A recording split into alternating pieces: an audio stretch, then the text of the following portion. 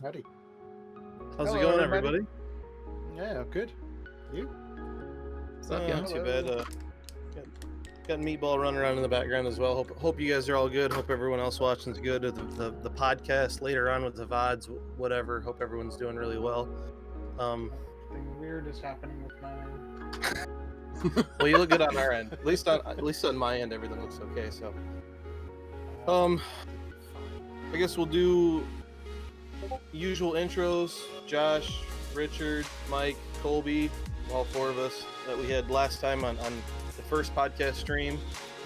Nobody new this go around, which we were hoping to pick somebody up, but I guess that's just how it's gonna go. We have some channels in Discord that you guys can you can do a Q&A for as well too. If you guys have anything that you want to talk about or have discussions on, you guys are more than welcome to hop on Discord or obviously in live chats and speak with us as well. Richard and Mike both have some interactive things, or at least Richard. Mike, I don't know if you have yours all set up yet, but interactive things on stream that's kind of fun as well. So you guys have anything you want to add for intros? Welcome. No, not really. Come and mess with my lights. Feel free.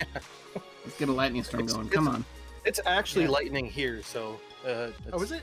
Yeah, it's been storming for a while now, so that's kind of why I was like, yeah, I think I'll just stay home today. There's some stuff I could be doing outside, but I don't think so. Okay, so new stuff for JustCuz and for us, for the stream team and everything. We've picked up a new creator, Darth Squirrels, longtime friends of most of ours. Has new friends to a lot of you, or a lot of our creators, but he's been in FiveM communities previous to us, or previous with us. He's had some personal stuff going on, some stuff in life that he kind of had to deal with and attend to and do. So he's come back around and picked up a new computer and a new setup, and was streaming last night. Actually, we had a conversation with him and everything. So he is a new creator on JustCuz, so you'll hopefully see him around, and he will be hopefully here next time. Actually, that'd be pretty nice. And then Musket 2000, Skyler, he has become a moderator in our Discord. He has inquired about a future creator for JustCuz as well too.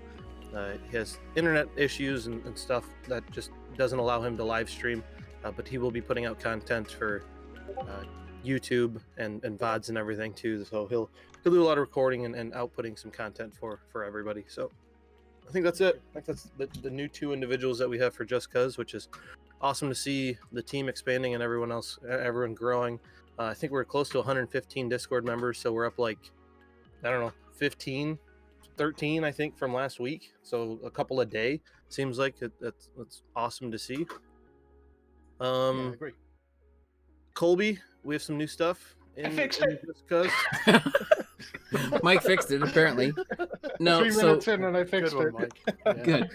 Good. So as far as like our servers and stuff for JustCuz, we've added we've had the 5PD server, but today we're also I think I'll put an announcement later today, but we also have an ARC server now, so you can request that in the those that wanted to request it in the Play Some Games channel.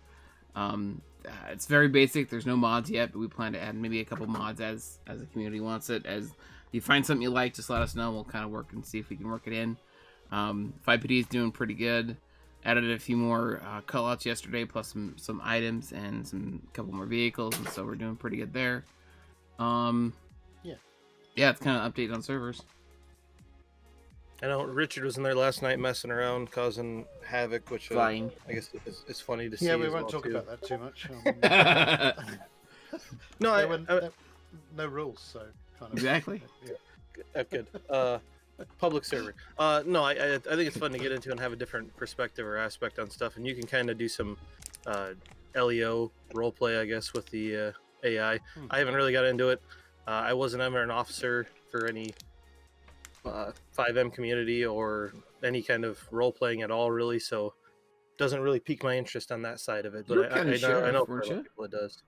For like an hour, one cycle, I think. Yeah. I think I had tags for a cycle. Yep. Yeah, and I got talked into it, pretty much is what it was. So Jessica says hi, everybody. what's going on? Hey. Hi, Jessica. Yeah, so the Arc server, I think it'll be something that I'll get into because I know a lot of people used to like Arc, so that'll be a thing coming up. I know Mike and Colby, we spoke about that whole Dead Side game, which Richard, I don't know if you took a peek at any of that stuff, but another survival style game. There's no zombies in it. There's bandits, but it's kind of the same perspective. So there's no like hordes of people. You can go and loot and do some stuff, and then just a different version of a survival game. It looks pretty good. I mean, there's building and everything on the same thing. So maybe possibly something like that in the future. Pretty cheap game, like $12 on Steam, I think it was. So how does it Hopefully it's still compare that way. to stuff like Miscreated? Because for me, Miscreated is almost the complete game, isn't it? So there's no zombies in Deadside. There's AI kind of factions that wander around that you have to defend against. There's not as much crafting from what I saw. So Deadside is now $20. Yeah. But there is goals, or I guess like tasks that you can do as well. So there's like in-map things that you can achieve, which I think is something that Miscreated absolutely misses. That once you get to a point, it's like. So I think being able to go out and like take over a recon point or get something or pick something up for an additional, I think that's really what Miscreated misses on. Yeah. And we kind of talked about, didn't we, having a bit of a game mode in when we had 2 Miscreated servers running, where we would do a capture the flag type thing or an assassin type mission with several of us in there. Yeah. And see who could survive the longest or whatever. I think just having the ability to get on it as a group and then go achieve a task, like that's just what the biggest doing a hospital raid or goals, military base raid. quests, whatever it is. Yeah. Kids. Is your meatball? What's he doing? Hey, so you're gonna explain the meatball thing, Josh? Because I mean, I only learned that earlier. That's good. Well, so saying?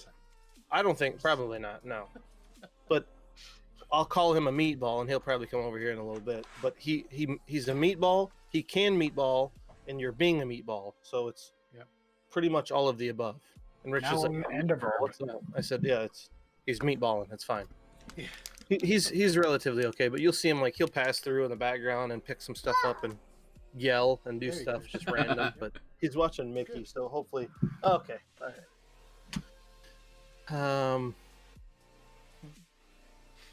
All right.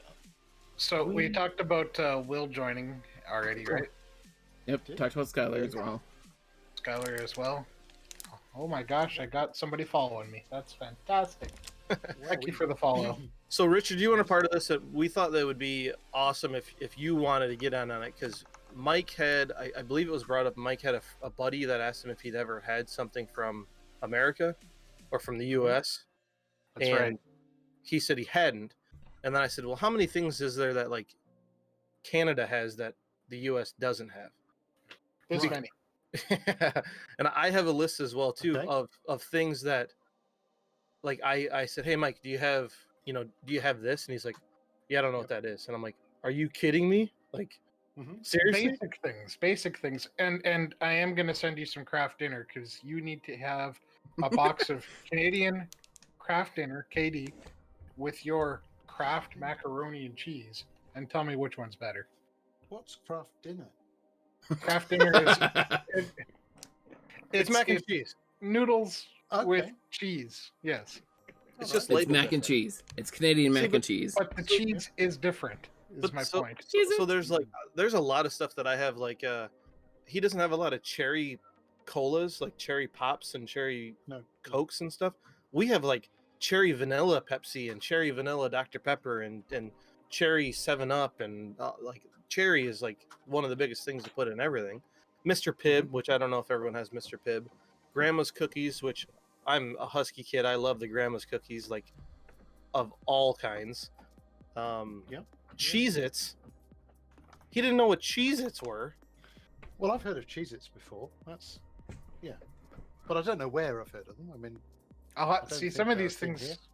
some of these things I just don't buy. So maybe they are on Yeah. the shelf, and I just pass them by. Well, Cheez-Its are like a chip cracker, but maybe you just don't pick them up, but they're everywhere for us. Like they're on the end display shelves. They're in the. They're kind of like when you Ritz. Do you have check out Ritz in line- Canada? I mean, they're in the chip. They're everywhere. Yeah. Yeah, you like Cheez-Its too. He loves the Cheez-Its. But So, they I have mean, like 20 different kinds of Cheez-Its. So you know how you guys have Lays, Mhm. Yeah. and you probably call them chips. Yeah. Mm. We have Walker's Crisps, and it's the same brand. Okay. Same So but- we call them crisps. for a So- start. It's chips or French fries to you. Well, French fries. Fish and so chips? French fries are finer cut than chips. What? So when Okay. we would have fish and chips, we would have there'd be French fries are finer cut than chips like, are? like McDonald's fries are French fries as far as we're concerned. Jessica disagrees with you. Ours are- completely. Okay, Ours are freedom fries. very good. Okay, I remember that. I remember that whole Independent deal trying to go. It's just unbelievable. But like Swedish fish. I'm not a huge Swedish fish fan. I know a lot of people love Swedish fish. Mike has something that's like them, but he doesn't have Swedish fish. Okay. This is meatball. Let's see meatball. So Oh, we've got a pixelated version of meatball, but it's better than There's no a- meatball. there's also a whole host of chocolate bars Yeah, that they don't have down there, like Coffee Crisps and Crispy Crunch, Mm. Mr. Big, Wonder Bar, Eat More. Eat Mores are so good. Oh my god. Never heard of any of those. I haven't made a list, but I mean there are loads of things that we have that don't seem to travel. So Marmite is one. We have Cadbury's chocolate, which always was kind of a British only thing. I think you can buy Cadbury's branded stuff over there, but it's Hershey's chocolate inside. So which Cadbury means it makes looks, yeah. a whole bunch of stuff, but the Cadbury eggs are only available during Easter time. Okay, and they're available all the time here. But, Yeah, we get them all the time as well too. yeah. But again, they might look the same, but the chocolate's different. So you kind of need to try some proper British Cadbury chocolate someday. What is If that? I ever see you, I'll Marmite? bring some with me. So, What is Marmite? Big- Marmite is a yeast extract, so it's a black spread that's quite salty, and you might put it on toast, for example. Yeah, Ew. so Richard's gonna be that's gonna be a different world like that. Yeah, You're gonna send some stuff that's you're going to be And like, what- nobody would eat that. And what is Vegemite? Well, so that's the Aussie kind that's the of Aussies. approach to Marmite. So it doesn't taste the same though, but it's kind of the same concept, the same type of product. Not good. Well, no, the thing is, when people refer to things as being Marmite, they're basically saying love it or hate it. People either love Marmite or hate Marmite. So, Right. and I'm in the former, so I like the stuff. But, It's all but you don't first find person, anybody I that guess. says, yeah, you don't find anybody that says Marmite's all right. They either love it or hate it. Right. So, Yeah. yeah. It's like spam. But he doesn't. Nothing wrong with spam. Mike doesn't have easy cheese, like the squeeze cheese. Like you put on a cracker, you just. Still trying to figure out if that's a bad thing or not. It's not a good thing. It's not a good thing to have. It is, it's not a good for thing. you. Yeah, Yeah. just cheese. But like Hospital. pimento cheese, like pimento Okay. spread. Mike doesn't have Yeah. pimento spread, and there's different kinds of pimento spread too. And I always like pimento spread, but The original's good. The pineapple, I like the pineapple. Pimento is probably my favorite. Pineapple doesn't. Yeah, it's sound here. Let me like that. let me see if I can find a picture. Hold on. Got some. Oh, I thought you were going to say you've got something. You're just going to come out and sort of hold it up to the camera. so there was a Cadbury it's on. Adams factory, a Cadbury Adams in Mhm. the town that I live in. So there was Cadbury, and then I got changed over to Kraft, and I think actually it's a Yes. Mondelez, Okay. something like that. Mondelez food distribution or something now. Mhm. So, but Yeah. it's kind of made its way around as far as Cadbury is concerned. But I thought that'd be funny to, it'll probably cost $50 or $60, but buy a bunch of stuff at the store and send it to Mike. So, and then we're going to stream each other sampling each other's junk food. I could send you some McDonald's, I suppose. I mean, we could compare. I mean, I wanted to send him some Tim Hortons, but he yeah. might not get there. Things like a beaver tail, which is kind of like carnival food, a poutine. Yes. But I might just send you the instructions to make a poutine. It's just a potato, a jug of gravy, and some bacon bits. And then... A jug of gravy. So you know, guys, we need to recruit an Australian to the group, and then we could have things like pie floaters as well. We might have one in the Discord roaming around, but that's an idea. Sounds like trouble. Yeah, definitely. Yeah. I'm in. So that would somebody's asking in chat where I am, and I'm in Saskatchewan, and that's all I'll say. He's in the prairies. All right, smack dab in the middle. And I'm just outside London. There you go. If anybody wants to know. I'm in Illinois, Midwestern. Potatoes. Colby's in potatoes. He's in the computer distribution, or what is it? Memory? Valley? Yeah, the memory distribution capital of the world. I still don't understand that. Yeah. Okay. So Crucial makes their chips, or makes some of their chips here in Idaho. Yeah, but again, they don't make more than they do potatoes. That's all I'm saying. There's Yeah, more potatoes that than there are surprised me. Crucial chips. So Yeah. So I assume Cost some them, people yeah. that have Crucial chips or SSDs come from Idaho. yeah, There's so that. Canada, London, Illinois, Idaho. So not. I mean, I guess a decent spread for me and you, Colby, because not really different parts of the country, but not far enough. So. Oh yeah, we're different. You live in Me Chicago. and Mike even thought about traveling towards each other, but it's like a 17-hour trip for like a one-way trip. So you're talking like 9 hours drive time or 8.5 hours drive time, which would be pretty rough. And then you end up in like North Dakota. So Yeah, there's nothing in North Dakota. It's just fields. You've got to be pretty committed. You and Kobe should both come up here to Canada. The real land of the free, by the way. Okay. there we go. Okay. Don't hit me. Don't throw anything at me. Okay. And, I don't know about that. I mean, we could bring up freedom of speech stuff, but I guess that'd be another topic of conversation. What? I'm too busy drinking my coffee. What? Yeah. Lincoln.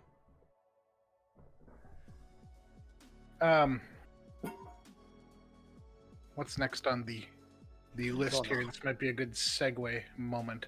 Yeah, console stuff. I know we spoke about it last time as far as like new generation consoles. Mike, I think you put a PS5 new coming out, so I don't know who wanted to talk about that. I don't know. It's always the great debate of what console you go with, and it's always Sony or Microsoft. There's Nintendo, but I would say that anybody that goes with either an Xbox or a PlayStation could also get a Nintendo and get the same enjoyment out of it. It doesn't really compete because they've got their own separate games, whereas Xbox and Sony they share a lot of titles. There's the Forza Gran Turismo thing, but whatever. It looks space age like the PS5. Have you guys seen pictures of it? I have, and there's a couple different versions of it. One with a drive, one without, multiple different hard drive sizes. And I've heard rumor of this newfangled controller that apparently has all these sensors in it to detect your heart rate, your Pretty cool. Yeah. It's a large console as well. It is. So like it's a computer.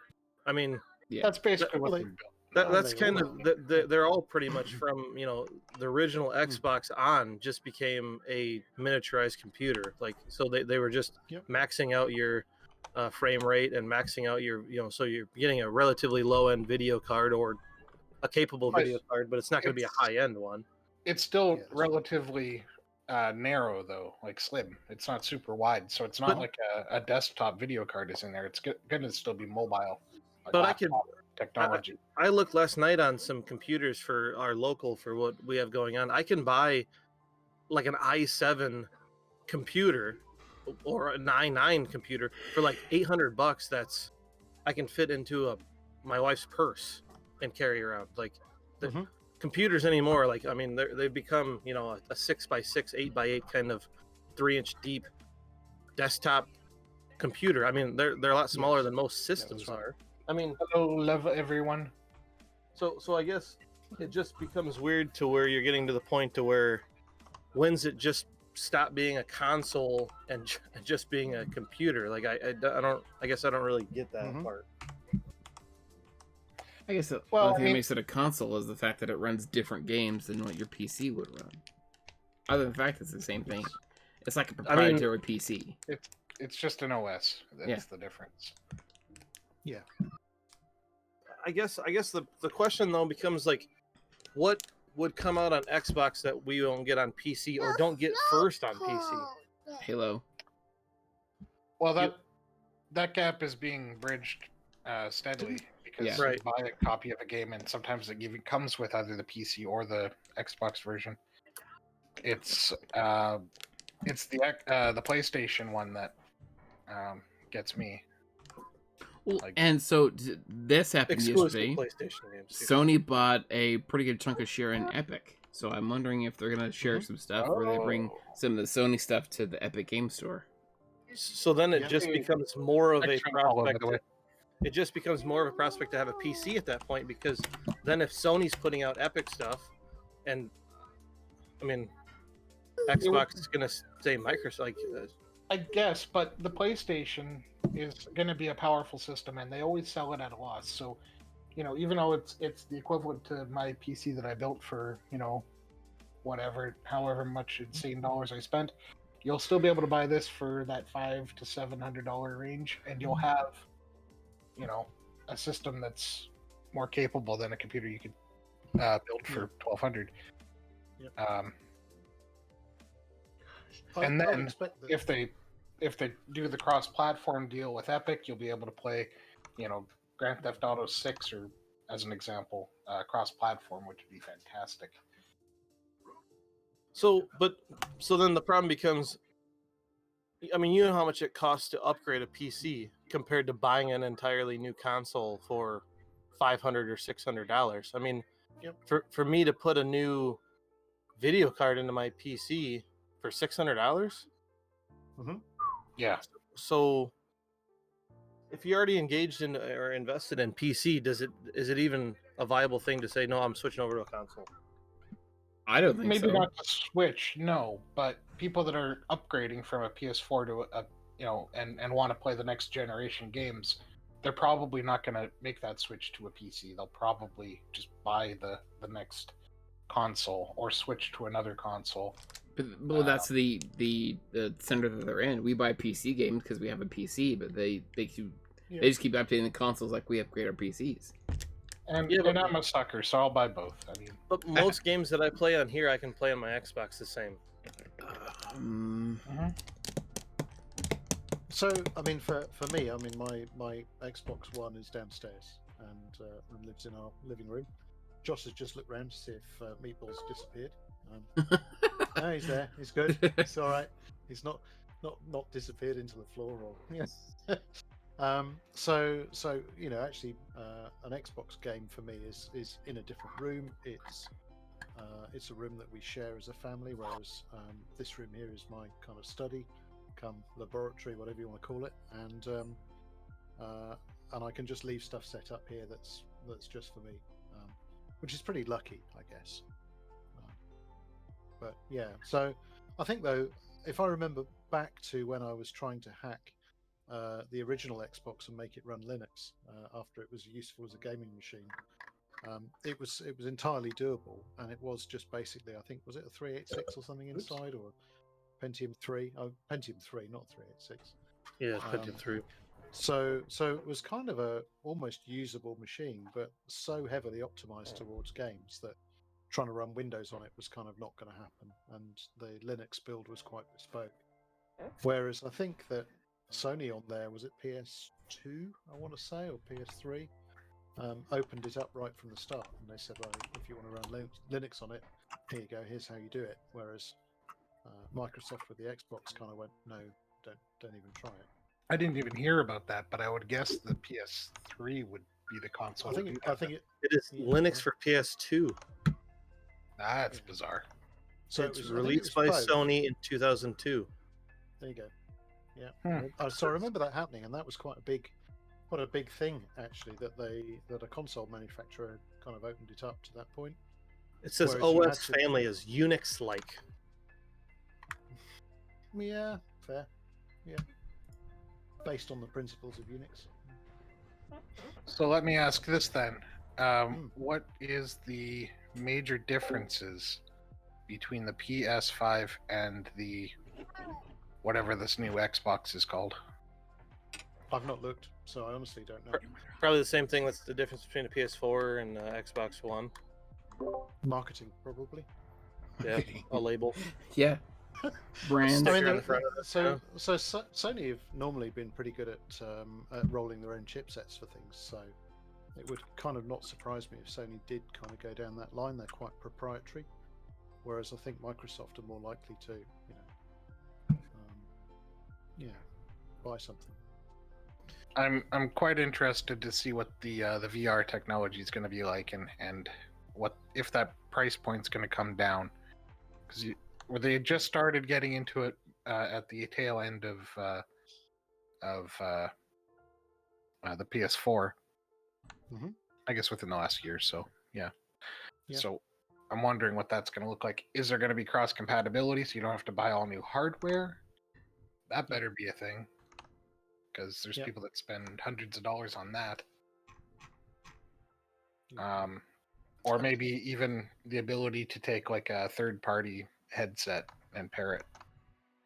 I mean, honestly, it'd be dumb for them not to have a proprietary setup. Like, if Sony didn't come out with their proprietary VR headset, I mean, not that they'd be losing money out on it, but why wouldn't they? It's what they would do, but hopefully they can reuse an Oculus or even the older PlayStation VR headset to the new system.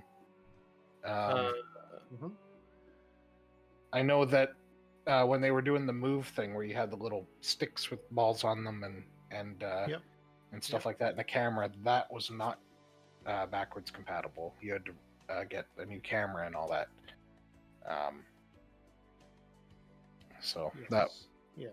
But that was like $80 versus $400. So it'd be nice if they had that, and then maybe I would consider getting VR for my PlayStation. Yeah. So I mean, we'll talk about that stuff later, but I'll show you something in a bit that I made with the 3D printer as an alternative to VR. So being a bit of a cheapskate. Sure. And the neat thing for me is that it makes streaming flight sims. I'm imagining a shoulder mount that you put your monitor on. yeah, and then just end up, getting a bit tired, face down on the floor. Yeah, okay. Well, yeah, good. So Mike, your earlier one, I think they both have 4K UHD Blu-ray drives. It looks like the PlayStation has a bigger internal storage. 8K resolution, 120 hertz refresh at 4K. Oh, I forgot about 8K. Yeah. There's all this kind of like, it probably not as much hardware. Honestly, it looks like it's all like software. I mean, that's pretty much how it's going. There's only so much you can do before you're just throwing RAM, drive, and video cards at it, and you're already a small computer anyway. So it has to come down to your processing and your software. I mean, that's built into the GPU hardware. Yeah, it does. Okay, I don't know about all that stuff. Yeah, it does. So I'm wondering. So the chat says here, Holy Crusaders says, blood fuels me. Random. But welcome to the stream. Awkward. That's weird. Okay. It's weird flex, It bro. fuels Each all his of us. own. Yeah, Okay. it works for all of us. Yeah. Not weird. Yeah. Might want to do something. You seem a little low on the blood today, so might want to just relax a little Yeah. bit. Just inject Get some. for it. I don't know. I Get don't some have iron any, in you. I don't have any, unless there was a deal on a Series X or a PS5. I don't think I'm going to be going that route. I'll probably pick it up in 20 years when it's a collectible, I guess, at that point. But Well, and I'll tell you what I tell everybody that's looking to buy a console: don't rush to the store and buy it the first day. Wait for the next run to go through. The first run of consoles, I'm not going to say they're Faulty. always faulty, but if there's going to be a fault, that's where it's going to be picked up and ironed out. I think that's bad advice. I think you should go stand in line for 10 hours and wait for a console to come out immediately. Well, Josh, somebody's got to weed out the garbage. Do you Right? have an iPhone there, Josh? No, I don't have an iPhone. No. Fair enough, just checking. 3 days of standing in line. No, I'm an Android. That's also the biggest thing too. No, yeah, I definitely agree with that too. That it seems to, there's problems with this because we, sold 1,500 of them, and now everyone's complaining that there's something wrong, and it's like, we should have caught this early on. But that's how it's going to go. Yeah. Market flood with those units. So that's how it's going to turn out. There's going to be the early adopters, the guys that's got to get it first. They'll put it on camera, the unboxing, the this, that, and the other thing, and then they're the first ones to complain in the forums when the hard drive crashes or the power supply blows up. So same topic. I didn't go and buy one of those Super Nintendos or the Nintendo Classics, the two stations that they came with that were HDMI's, because I didn't want to stand in line for like 3 hours and wait for one. I still don't have one. I don't know if I'm necessarily disappointed because I have a Retro Pi or Raspberry Pi. I did think about going and buy those when they came out, but I think they sold for like $150, and then the next day people were trying to sell them for $200 or $185. Well, now they're harder to find, I guess. But my brother got a couple of them. Yeah. But it seems like there's multiple companies making them now. Well, there's a lot of scam ones. There's a lot of shady ones that aren't. So are you talking about little box that has all like the complete catalog already on it, or The original NES? Yeah. Yeah. Okay. Not complete, but yeah, there's a collection of games with it. Okay. So yeah, I mean, he bought a couple of them. One of them had a slight issue with it with the controller, but the other one worked pretty good. I think he still uses it. It's pretty much. I'll show you this or try to. It basically is one of your, what do you call them, Raspberry Pis? Yeah. Yeah. And so on my Switch as well too, Nintendo's come out with the same collection pretty much. They continuously update it. You can get all the old school games on your Switch too, so you could stream it, and if you had a USB controller, also a good option to do that as well. So, or you can mod a Wii. Wii's can also be modded to have all the games. That's kind of interesting. So we've got a Wii that we've had now for years. And largely now it just sits around and does nothing. So I kind of look at it every now and then, thinking, what can I use that for? Could it become another Linux computer? But I don't think it's got much storage, has it? So what can I take it apart and turn it into? Yeah, exactly. It's got USB ports, so you could expand the memory with an external drive. Yeah. But and then it ends up being. I mean, for me, I've spent years doing that stuff, but it becomes a challenge, and then when you've done it, you kind of realize it's not as good as it was. So the challenge is done, but the end product's not worth having. So I'm learning slowly to kind of leave things alone and not do that so much. Well, and so taking the toaster apart, Richard. So this is kind of the other side to it too, is that like it's an odd thing when like Nintendo. So they put this thing out on Switch, which I don't play this a ton, and I'd like to, but they put this out and they have all these different games on here. So it's pretty much the same thing. You can go down and pick through a bunch of games. So if I go to the top, there's these new games over the last week that they've just updated into it. So it's a current. I mean, they're still updating it now, which seems weird that they're spending time to do this, or maybe it's just one person, I guess. But Well, it's Well, part that's of the pull to the platform, isn't it? And that's their current platform. I don't think they're slated to release anything new, are they? well, yeah, but these are old school games that are getting released onto this platform. So I pay a subscription for this a year. I think it's like $20 for the year. So it's a monthly fee. I just paid for the entire year. But these aren't like new games. You know, these are Super Nintendo games and regular Nintendo games that they're then putting out on here. So I think it's just an odd thing that they're spending this time to do this on here. Like I said, maybe it's just one person. So I mean, I don't dislike it. It's just kind of an odd thing to think about that Nintendo sitting down and taking these efforts to do this for us, you know. So well, they do cater to the younger gaming audience, and what better way for a kid like your daughter there that likes play the side scroller, get into gaming, play some old school Zelda or Mario. yeah, Super and Mario 3. Lainey will play like regular Mario. She does like to play that. She usually doesn't like to play it on this. I can hook it up to the TV and then she'll play it on there. But Right. It's neat to get. So she plays this, and then I actually pull out the old console and plug that in, and she's like, "What is this thing?" And there's and you jam it in there, and it's like, "This is how it used to be, kid." We call this a crash course in video gaming.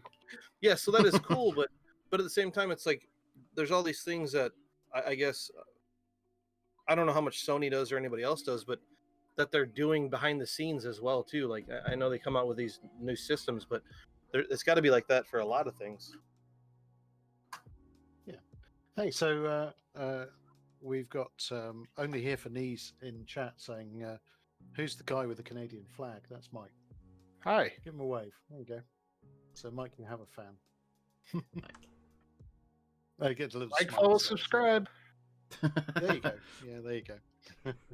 I'm gonna bring up the Discord chat, and nobody is chatting in our podcast Q&A. It's okay. It's That's an middle of the opportunity. day for us, so It is. So Yeah. if you do want to get involved, make sure you click on the Discord links in our panel dealies, or There you go. I posted a link in my chat, and come and play. Indeed. And mess with my lights as well. Go on, try and surprise me. See what you can do. So exciting times for new consoles, for sure. Maybe. I was going to talk about the return of sports. Oh, I'm sorry, Mike. I got one thing that based off of the console stuff. I purchased the console. I think I showed you guys this thing. Oh, right. Your relic. Fight Island. Relic. Only Here for Knees. Thank you for It the is a follow. relic. Cheers. Like us. It's a relic. Like, what do you do with all Hey, that? you got it. Good. I got it. Yeah. Oh my gosh. Yeah, good. It is a ColecoVision. These are corded controllers. They're numpads with Only the joysticks best. on the top. Does it have Wi-Fi? I could put Wi-Fi. LTE. Did Wi-Fi even exist, Mike? No. No. What is the internet? Old When school was that? cartridge. Old school cartridge games Yeah. like this. Donkey Kong, ColecoVision. Yep. Little itty bitty So chip. that You looks take like- this apart. It's tiny. Yeah. Mid-80s, maybe? Actually, you know what? I didn't actually look to see. Not quite the whole squad there, Finton, but pretty close. Yeah. Tin fan. We got a question. We get a chance. You guys want to answer some questions? Ooh. Appreciate the fellas. Thank you guys. I didn't actually see. Only here. Thanks for the follow. Only Here for Knees. Yep. So somebody tell me what Fight Island is then, because I've never heard of that one. That's new to me. Fight Island is the new UFC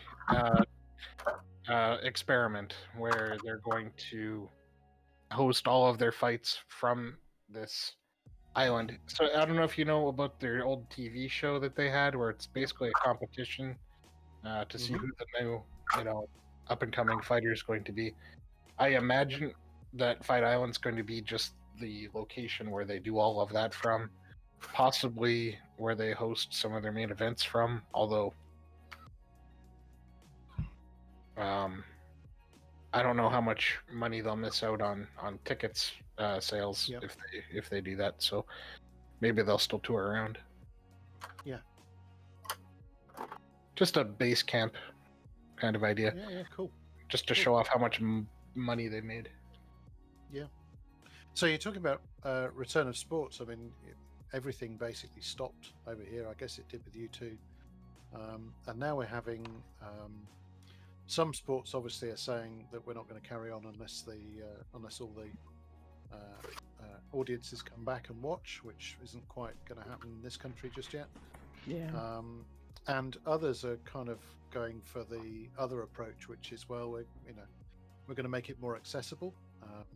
So instead of it perhaps just being on a paid network, like Sky or something like that, the BBC, our British Broadcasting Corporation, is getting to show some stuff. But I mean, it's for one, I'm not really much of a sports person, if that makes sense. I'll watch Formula One, but beyond that, it passes me by, and I'll sit I want and to do talk something else. more about racing in a minute, but I want to talk Go on, about things like the NHL, the NFL. Up here we have the CFL. I can hear Of the course. size already, but they're going to be having shorter seasons for sure. I can really only talk about the CFL right now because that's the freshest in my mind. They're talking about a shorter season, goes slightly longer, kind of offsetting, starting later but ending slightly later. It's going to be approximately half a season. The league or all the teams have, given all the season ticket holders majority of their money back for the season. Yeah. And they're going to be, I think in the CFL, they're going to be playing games in their thank you, only needs their for the hometowns, only here for needs. I appreciate that. Yeah. But thank you very much. In the NHL, they're talking about playing all the games in hub cities. So your cities like Toronto, Minnesota. There's another one down in the south. That's going to be very interesting. Yeah. So how are they going to get over the audience thing? Is that going to happen, or? That's an interesting question. If you're talking like baseball and NFL, I think you could probably do some social distancing, trying to keep crowds separated a little bit by only allowing so many people in. But I don't know, because now you've got season ticket holders, and now you're going to try and tell some season ticket holders they can't come. That's not going to work. So we'll just have to issue refunds, I assume. I don't know. That really hurts the clubs themselves. Over here, the commentary about the football clubs is that they are, they kind of went through this whole paused kind of period, but it's the crowds coming to the grounds that pay the bills effectively, and then it's things like TV rights that pays for the players and everything else. So if they're not having the audiences, the crowds in, then that's quite damaging. So the other thing is, what if? Oh yeah, here I'll post the multi-stream for you here. So when crowds don't sell out, like if you have a game going on and you don't sell out all the tickets, they typically do a blackout where the game is no longer televised. They probably wouldn't do that in the NFL, but they do that here in Canada for CFL games and some hockey games. I could see for NBA. So, what then? Because you can't expect to sell out anymore. In light of this, I mean, you may, but you can't expect it. So, are they going to lift the blackouts, and are they going to make it more accessible, so that people can watch it possibly on a pay-per-view network or something like that to try and recover some of those costs? So only here for knees says switch to streams have smaller stadium crowds have been dwindling anyways. So I don't know that that's 100% true. Certainly not in all regions and not all sports.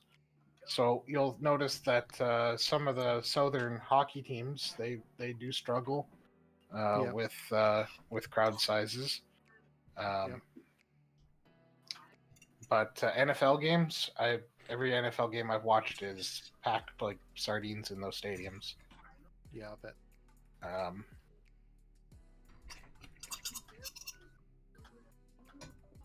Yes. I don't know. I guess it depends on the team at that time. I mean, like I've been to NFL games and MLB games where, like, I went to a game in Detroit last year, and there wasn't a lot of people there. I mean, I think it's just depending on the team who's playing at that time and everything as well too. So MLB is a bit of a hit or miss because playoffs, yeah, absolutely, the stadium will be full. But if it's like they play so many games. What is it, like 160 some games a year? Yeah. So that's kind of the turnoff for some people too. Yeah. Too much. Yeah. NFL, I think it's kind of a weird thing because I think that there's a lot of people that do go to NFL games, but at the same time, like if you look at the stadium as a whole, obviously the first set of stands going all the way up is usually full. It's hit and miss all the way up from there. But there's definitely a ton of people at NFL games, kind of regardless of who it is too. But like you said, it's a different type of sport as well too, to where like there might be something that'll happen in an NFL game that's just all of a sudden it happens and it takes place, compared to like baseball. You're gonna see some home runs. Like that's not really that crazy of a thing. But to see a huge hit or a huge crazy play in the NFL, it's just a percentage thing of how many plays or how many times it's going to happen, really, too. So, especially when even on a bad team, like you still have usually one outstanding member that you want to see, like a punt return or a kick return, or how many plays the guy can get in because he's an outstanding athlete, regardless. Yeah, and also, I mean, something else that I think we can only aspire to, really, that you guys get right, is that whole kind of sense of an event around matches. Certainly when I come across, occasionally, and I get to go and sit in some kind of sports bar, there's screens everywhere with everything going on all the time.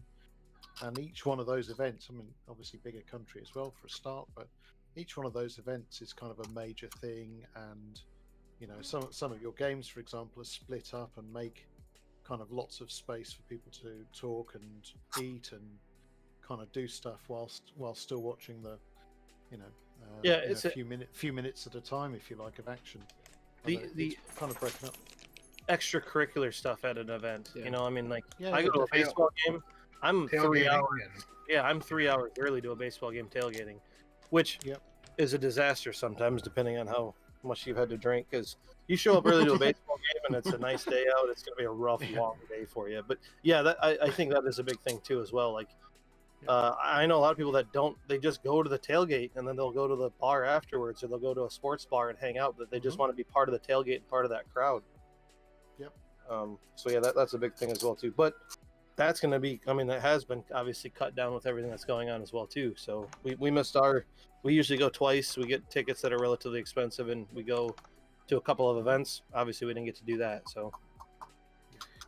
So what about, you were talking about auto racing, and this kind of goes in with the sports a bit. I've been noticing a lot of iRacing and or simulation racing is now being picked up on TV networks. NASCAR now has the NASCAR commentary on broadcast video game races. And there's a lot of money being to be won in this, and these guys are playing, in simulation chassis and cockpits in front of their monitors, in remote locations with force feedback steering wheels, and I don't know if you guys have ever watched somebody doing like a NASCAR circuit race or just like a really long race in iRacing, but it's a workout for them. So I haven't, and in fact, it's something that's completely passed me by. I mean, I know that Formula One obviously use simulators quite seriously, and there's a woman over here. I forget her surname, but she was the woman who brought simulation to the McLaren racing team in Formula One, and one of the quotes that she made was that Lewis Hamilton, who's really well known, said it to Juan Pablo Montoya. Are you going to go in the simulator? And he was so Juan Pablo was new to the team, and he turned around and went, "Yeah, I don't really do the simulator." And they kind of had this kind of conversation, and he said, "No, you should go, give it a try."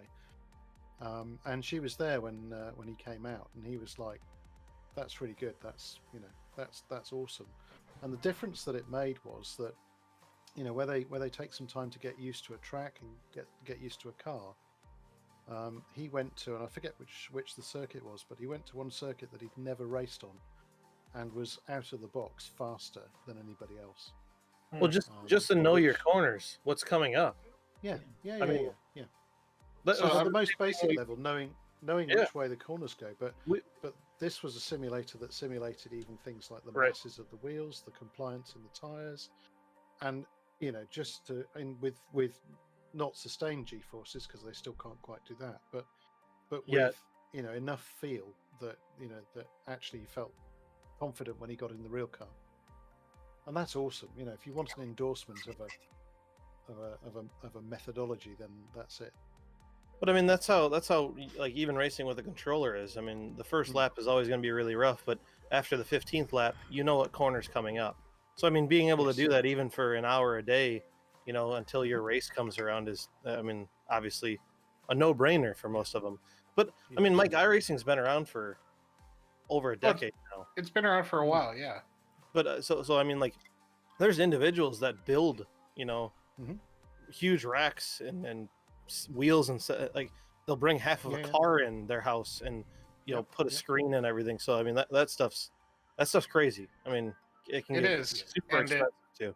And you can do it from any end of the spectrum, from doing it with a controller, or the full chassis with the racing wheel and the straps and the I imagine there's got to be some kind of even simulator to get the road feel. I don't know about the G's or whatever, but that would be. Well, G's means you've got to be thrown around to get. Yeah, you'd have to have a big room. Well, I mean, they do make them. You can purchase them that are on fucking hydraulics and whatnot and everything else. But it just, like I said, so the pedals and the wheels and everything that I thought about picking up, they were like, it was like $700, like $650 or something like that, and like a force feedback wheel, and I forgot the name of them. It was like a Ferrari style everything. I'm like, I don't know. Yikes! I can't. You can pick those up at Best Buy for about $300-$400. So somewhere in the loft, I've got my original Xbox 360 force feedback wheel and pedals. The Microsoft branded one, and actually that was really nice to use. So, given that you can use those, a standard 360 controller on your PC these days, makes me wonder whether I should go and dig it out and see if it's any good. You should, for if no other reason, just for SnowRunner. Do you reckon? Yeah, maybe. I think it would be interesting. My downfall for that kind of stuff would be I would want a seat, so then I'd have to have a vehicle seat set up. I've got my kind of if you're crafty at all, you can go to the auto wrecker and get yourself a bucket seat, and then build yourself a frame to put your steering wheel and all that on. Yep. Yeah, I bet you can weld, Josh. I'd be more concerned with somebody climbing all over it all the time. That would be my biggest. Having a $2,000 setup that somebody's just cranking on and jumping on and just tearing the whole thing up. Somebody. Yeah. No, I thought about that too. Maybe so. Obviously, the room that I'm in, Richard, a little different than yours. I don't have a closed door policy. I don't even have a door. It's just part of the basement. So this is what takes place over here. The next house that we move into, I think I'll have my own room so I can have my setup and everything. That'll be confined space. green screen and all that kind of stuff. Maybe at that time I'll set something up, but I don't know. iRacing seems like it seems like everything else that you get into, and then you're like dive into it, and then you're invested in it. Yeah. So I mean, I could talk about DCS at this point if you want. I mean, that's something that I got into kind of by accident, really. Andrew, I don't know whether Andrew's watching today, but Andrew Silk Monkey said, you want to try this, and I saw some recordings, downloaded it. The game, of course, is free, but where they make their money is on all the modules for the aircraft and everything else. But I've never flown anything quite so realistic. I'm so impressed. So I was lucky. He bought me the F-18C Hornet. yeah, that stuff's not cheap either. It's just, well, I mean, I think it was half price in a sale, but even so, he'd I think been given a couple of modules and gave me one of them. And yeah, so about $40 is what it was half price. Wow. And I've got to say, you spend $40 on a game quite easily, and if you just bought the Hornet and flew it around in the standard maps and everything else, it's still awesome. But this is the beginning of the slippery slope, because, of course, try and fly it on an Xbox controller, and it's really hard work because there aren't enough axes on the controller. So that was £100. I went out and bought a hot ass, a hand-on throttle and a stick. So that's something. And then, of course, I find that I can't look round. Snowball. Move the camera view. So we touch on, am I then going to bite the bullet and buy VR? Heard lots of stories about VR making people feel not very well, and I don't fancy, just doing something that might make me uncomfortable. I want to have fun with it, and so I went down the route of the infrared face tracker, and I've got, for other than having to buy I'm going to call it a joystick, but flight stick and pedals. No, not pedals. The throttle. For $140 or so, because I think it's about $100 for that stick in your country. I've got a fantastic setup. The face tracker thing, which is, I'm looking on the floor next to me. There'll be gravity normally happens to that. Here it is. Oh. I like how you keep it on the floor. Yeah, I mean, nobody goes there, so that. Oh, there you go. This thing, which I can show you on when we get to 3D printing. I looked at them and then thought, well, I can make that, and it just goes on my headphones here. And a second camera, an old PS3i camera with its infrared filter does the business there. So for next to no money, really.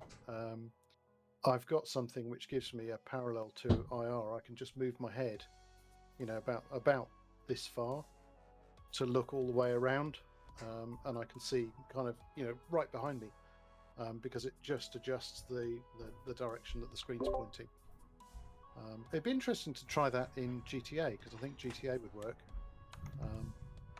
And actually, you could probably do it in SnowRunner as well, except obviously the view is quite limited in SnowRunner, so that might get frustrating.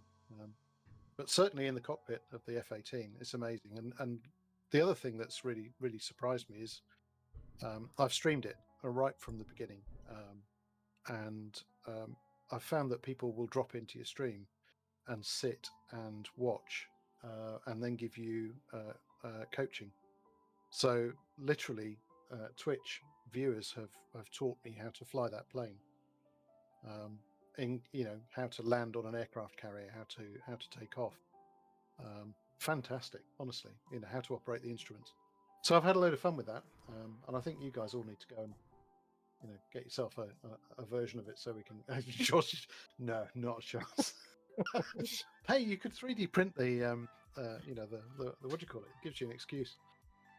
So. I thought about it, the whole flying thing. I don't know. Like you said, FiveM, you can fly around in there. I think that's probably it's too much for me. Like having to sit down and remember how to start everything up. And I watch you guys go through your sequences for flight, and it's like, yeah. So I must admit, I short circuit all of that. I need to learn that stuff. But yes, there are people who will just literally sit there with you and say, "Now press this. No, down a bit. Yeah, that one there." And just so patient. There's a guy Blooms who pops into stream and just watches and gives me those hints. And I don't know where they find that patience from, because if once I'd watch somebody go around 12 times and get something wrong, I'd probably be at the end of my tether. But they were pretty darn good. So what's up? What's next? Well, we do have a question in the Discord. Oh, we do. Yeah, Smithy would like to know what our favorite movies, books, and series are. Kobe, you've been quiet. You want to start with that? Yeah, sure. So let's see. He said movies. Let's see. So movies, books / series. Okay, so you could probably get into pretty much anything. Music. I mean, we could discuss a lot about each other. I guess. Okay, so if you're gonna go movies, I'm a big comedy fan. I like Jim Carrey, Liar Liar. Some of the older school stuff I like a little bit better than some of the new stuff. My favorite book. I don't read much, but when I read a lot, I was a kid, and so it had to be Harry Potter at the time. And series, like TV series, I assume. I think it's pretty open-ended. Yeah. God, there's so many good TV series. shows, and there's so many terrible TV shows. Probably my favorite series has got to be King of Queens from the 90s. Oh, King of Queens. King of Queens. King of Queens. Okay. So I'm gonna have to look that one up. So it's good. Okay. It is pretty good. It's got Kevin James, Leah Remini. It's a sitcom based in Queens, New York. It's probably my favorite TV show. Number 2, very close behind it, is Everybody Loves Raymond. That was a good show. That was a good show. So that's like the same lump as like Friends and Seinfeld, like all the like. Yeah, I've never seen Friends or Seinfeld. Oh. Yeah. Okay. No. Yeah. I'm sorry. What? People You've say I never should watch seen it, but I've never Seinfeld? watched it. No, I haven't. I've probably watched like a half episode here and there, but Yeah, you need to watch some Seinfeld. The Friends. I mean, Friends is fine. It's funny and everything, and you need to watch Seinfeld though. Yeah. Very well written. Yeah. And those characters are iconic. I mean, yeah. you can't beat Kramer. Yeah. Go ahead, Mike. What do you got? What have I got? My movies, the movies that I generally go through. I mean, I liked all the Marvel movies that came out. Star Wars, obviously. The Star Trek movies I liked. So a lot of sci-fi there, but I also the movies that I watch over and over again are the cult classics. Your Boondock Saints, your Fight Club, Lock, Stock, and Two Smoking Barrels. I watched Spaceballs the other night because it was on TV. Oh yeah, Spaceballs. Galaxy Quest. Cult movies, yeah. Galaxy Quest is awesome. Yeah, that's one. What's that's my one of the last best- name? I don't have one. That's right. The consumable guy. Yeah. Scrapes the that- ship on the that- side of the port on the way out. Just never ending all the way down. You're looking at it, everybody's going. Oh dear. There are so many good lines in that, and for the point where the captain, where the Thermians go and look for the captain, they find him at his home, and he's lying there hungover, asleep as they come in, and and he says, let me find some shoes, and they all look around, they're like looking around, like where would the shoes be? Maybe on the ceiling, just so many funny things. Where they tested the digital conveyor as well, where they tested it on that monster thing, and they successfully beamed it aboard the ship, and then it was of course Inside Out. Do you remember that? I haven't seen that movie in quite a while, but Oh, do you know that's a watch together? That one is. I'll watch Yeah, that one. yeah, we could. again. Yeah. That's so funny. There's been a couple of series on the streaming platforms. There was Space Force with Steve Carell. Oh, yeah. There is what's the Seth? Who's the guy that did Family Guy? Seth MacFarlane. Seth MacFarlane. He did a kind of a sci-fi TV show, comedy show. Yeah, What the hell was it called? I gotta look it up. Oh my god, it's named after the ship. Oh, that's gonna bug me. And then there's another one with The Orville. Hugh Laurie. The Orville. Yeah, that I love that. That's yes. The Orville is really good. It's closer to Star Trek than the new Star Trek series are. Which is interesting. And it's all the good parts that I liked about Star Trek too. Yeah. But there's I think it's on HBO. Is this new? Crap, I'm spacing here. These good shows that I've binged watched the last couple of months. I should have googled this before I asked the question. HBO sci-fi.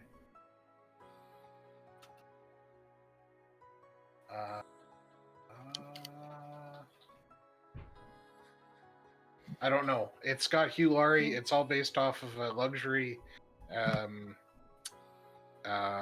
spaceship liner that goes through space, and they get something happens. They go off course, and now instead of 3 weeks in space, it's going to be like 3 years or 28 years. They can't make up their mind. Avenue 5? Avenue 5. Thank you. There you go. Very good show. It's HBO. Yeah. Cool. So no laugh track, but very funny. I'll not need to be told when to laugh on that one. No.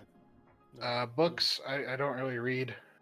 I'm more into your movies and TV shows, video games, that sort of thing. Yep. Cool. I save all my reading for work. How about that? Okay. Yeah. Go on then. I'll pile in then. So books then, seeing as that's where you left it. Bit like you really. I don't get lots of time to read, but the books that I suppose most recently have read have been the Andy McNabb type books. If you've heard of him, he's an ex Special Forces. Well, what would you describe him as? Person. So he, I think, left the British Special Forces and then set himself up writing using that kind of experience, I suppose. I'm sure that most of it's totally made up, but it makes for an interesting read. So that's books. In terms of films, I agree with things like Galaxy Quest. I love that film. I could sit and watch that again. I've really got into, for years and years, loved the whole Star Trek Next Gen franchise. So that whole Picard Data thing, loved that for probably the last 20 years or so. And best film, I think. Hey, get you with your Star Trek stuff. Is that the? That's the Enterprise. That's D. The D. Yeah. Yeah. Good. Don't let Marina Sirtis drive it, because she'll have the saucer off and crash into a mountain. I got a funny story about that. I actually went to our version of Comic-Con, and Marina Sirtis was up here. and she talked for a while about how she got to drive the ship twice, and on both occasions she crashed it. And she talked about how she got the script, and she's like, "I get to drive the ship," and she called Michael Dorn up, and she was like, "I get to drive the ship. I get to drive the ship," and he's like, "Keep reading." Nice. Good. Dear. Do you guys get many? I suppose you do. British export TV. So, I think the nicest series that I've watched in the last few years have been the Sherlock series. Is that with Benedict not the Cumberbatch. Robert? Okay, not the Robert Downey Jr. one. No. And that I really like that because it's got you can watch it several times and see something new every time. It's the series that just keeps on giving. And there are lots of jokes in it, so it's quite funny. There are lots of very, very quick, sharp, sarcastic put downs that I guess you perhaps have to tune into a little bit to spot some. But yeah, some really, really good storylines in that, and that would be my recommendation. So, I have to ask you though, what's your stance on Doctor Who? Doctor Who. Now, I watched it as a kid. It's an institution, and then I watched it again for a little while. I'm trying to think who was in it at the time. I think. Was it Tennant and Billy Piper were in it at that point in time, and that wasn't particularly because of who was in it. It was just because I got back into it. Okay. But I watched it through I would say late 80s, early 90s. So I and remember then kind of went away from it for a while. I remember as a kid, I would sit in front of the TV and I'd wait for my Ninja Turtles or Darkwing Duck or DuckTales to come on, and I'd wait for my show, and sometimes I'd fall asleep on the floor, and I'd sleep right through my show, and I knew I missed it if I heard that ominous Doctor Who theme song, and I'm like, damn it. Yeah. So I was a bit like that with Knight Rider back in the day. I had a black and white television when Knight Rider was going out, and that was fantastic. It's everybody's dream, wasn't it? That car was amazing. So, but, what about you, Josh? So I don't know the last time I read a book. Like I actually sat down and read a book just because I wanted to read a book. I have some that were my grandfather's. He was a huge he'd read during the day, he'd listen to AM radio and just politics and whatnot, and read books, but obviously the later part of his life. So I have some of his that I've kept that I think he was in the Navy, so a lot of his stuff is Navy based or kind of military based books, which I don't not want to read. I don't think I'll find an interest long enough to pique my interest. So I do have probably 15 books that I want to read sooner than later, but reading's definitely not my thing. If you ask me what'd you think of this, I'd probably ask you if there's a movie to watch it, just for time frame sakes as well too. Series, I'm a comedy guy. I think I don't. We had this conversation last night with some members in Discord. They were all like NCIS and mysteries and the cop solving kind of. I'd watch them if they were playing. If I was at somebody's house and they wanted to watch NCIS, but I'd sit through it for a half an hour. But I'm definitely not gonna sit down and watch a whole series of them while I'm not working. My wife has recently finished every single episode of The Office, which I really like The Office a lot. Good show. Yeah. Nothing. And then Bears beat Battlestar Galactica. I don't know. I'm not really. Mostly Identity comedy. theft isn't a joke, Jim. I just watch. I guess I tend to watch more movies, and most of them are comedy movies, like I said, Spaceballs and Billy Madison type movies and stuff like that, like older stuff that I enjoy to watch. But I don't know, like Fast and the Furious series, I liked those a lot. I mean, into vehicles for a long time, like Alien versus Predator, all those different kind of series, I liked those a lot too. Indiana Jones was always a big thing. I literally just like typed in some series, and Lord of the Rings, I watched all those. Wasn't a huge fan of them. Like I know a lot of people wanted to read the books and whatnot. I just the Harry Potters, like you guys brought up, I would never sit and read the books. I've watched all the movies once. I'm probably not going to go through and watch them again. Yeah. But Yes. yeah, I don't know. I guess mostly comedies is where I get from.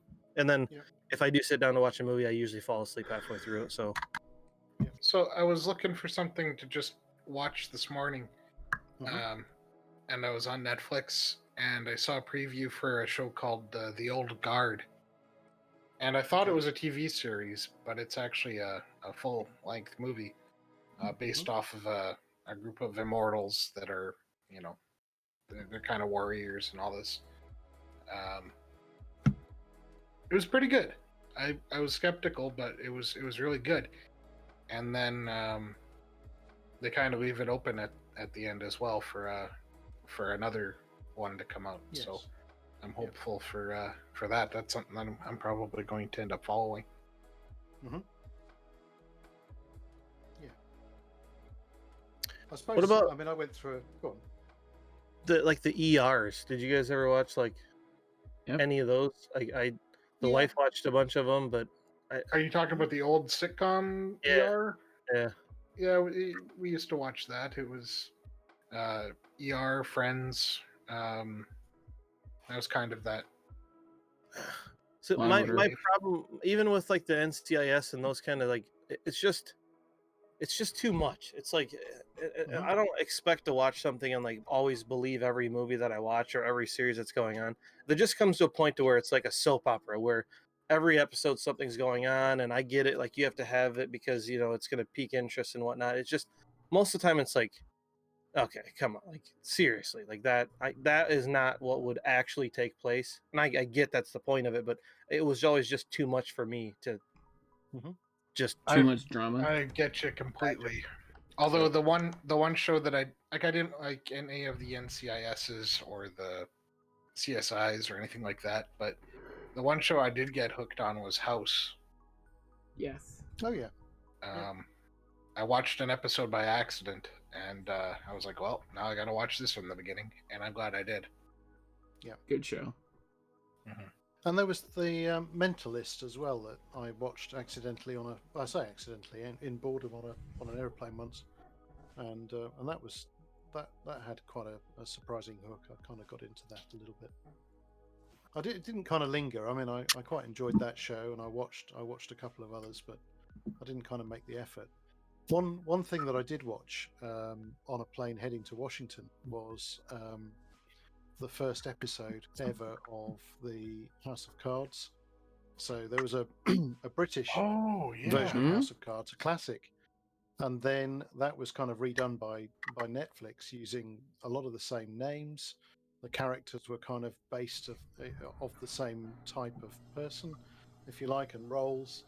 But the thing was obviously set in Washington, and seeing as I'd never been there before, this is DC as opposed to Washington State.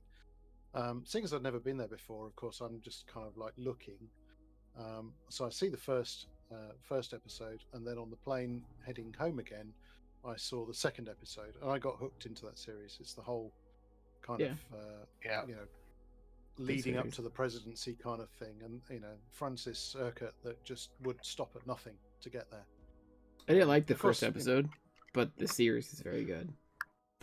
Yeah, I mean the first episode kind of starts out, wow, in the first few moments of that. I did not like that at all. The rest of the series is fine, but I did not like that first part at all.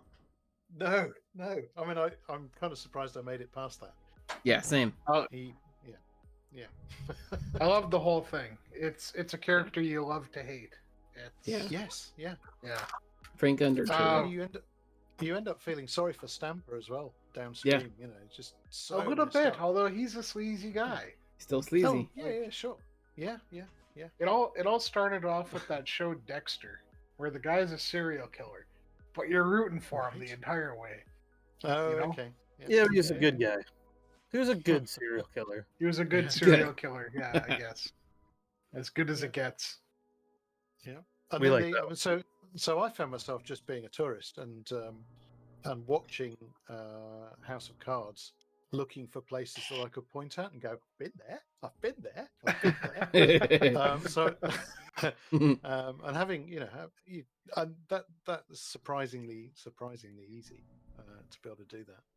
And then, of course, the thing that followed along after that was the unwilling president, the what was it called, Designated Survivor, which very good show. which had a lot of good kind of stuff in it. And then it just seemed to lose. It went off the boil a bit, like House of Cards did. Kind of. Well, the unfortunately, later series just weren't as good. It started on ABC, NBC, something like that, and then it went to Netflix, and it just didn't do as well on Netflix. It wasn't as good of a show on Netflix. Okay. Yeah. Okay. Is my opinion. What do you guys think about Westworld? You haven't seen Westworld? Oh, nope. Okay. They're in their third season of that. Wow. It's all about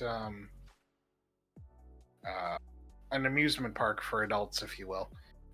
So think like an old-timey Wild West area, and the map is huge. And you go into this park, and the first thing they ask you is, do you want the white hat or the black hat? Good guy, bad guy. And then you go into the park and you meet characters that are all animatronic, but very, very lifelike animatronic. And, they can die and then they bring them back, and the narratives kind of start over the next day, and you can carry on the storyline. And then, but of course, there's a rebellious part of the AI, and they start to fight back a little bit. So,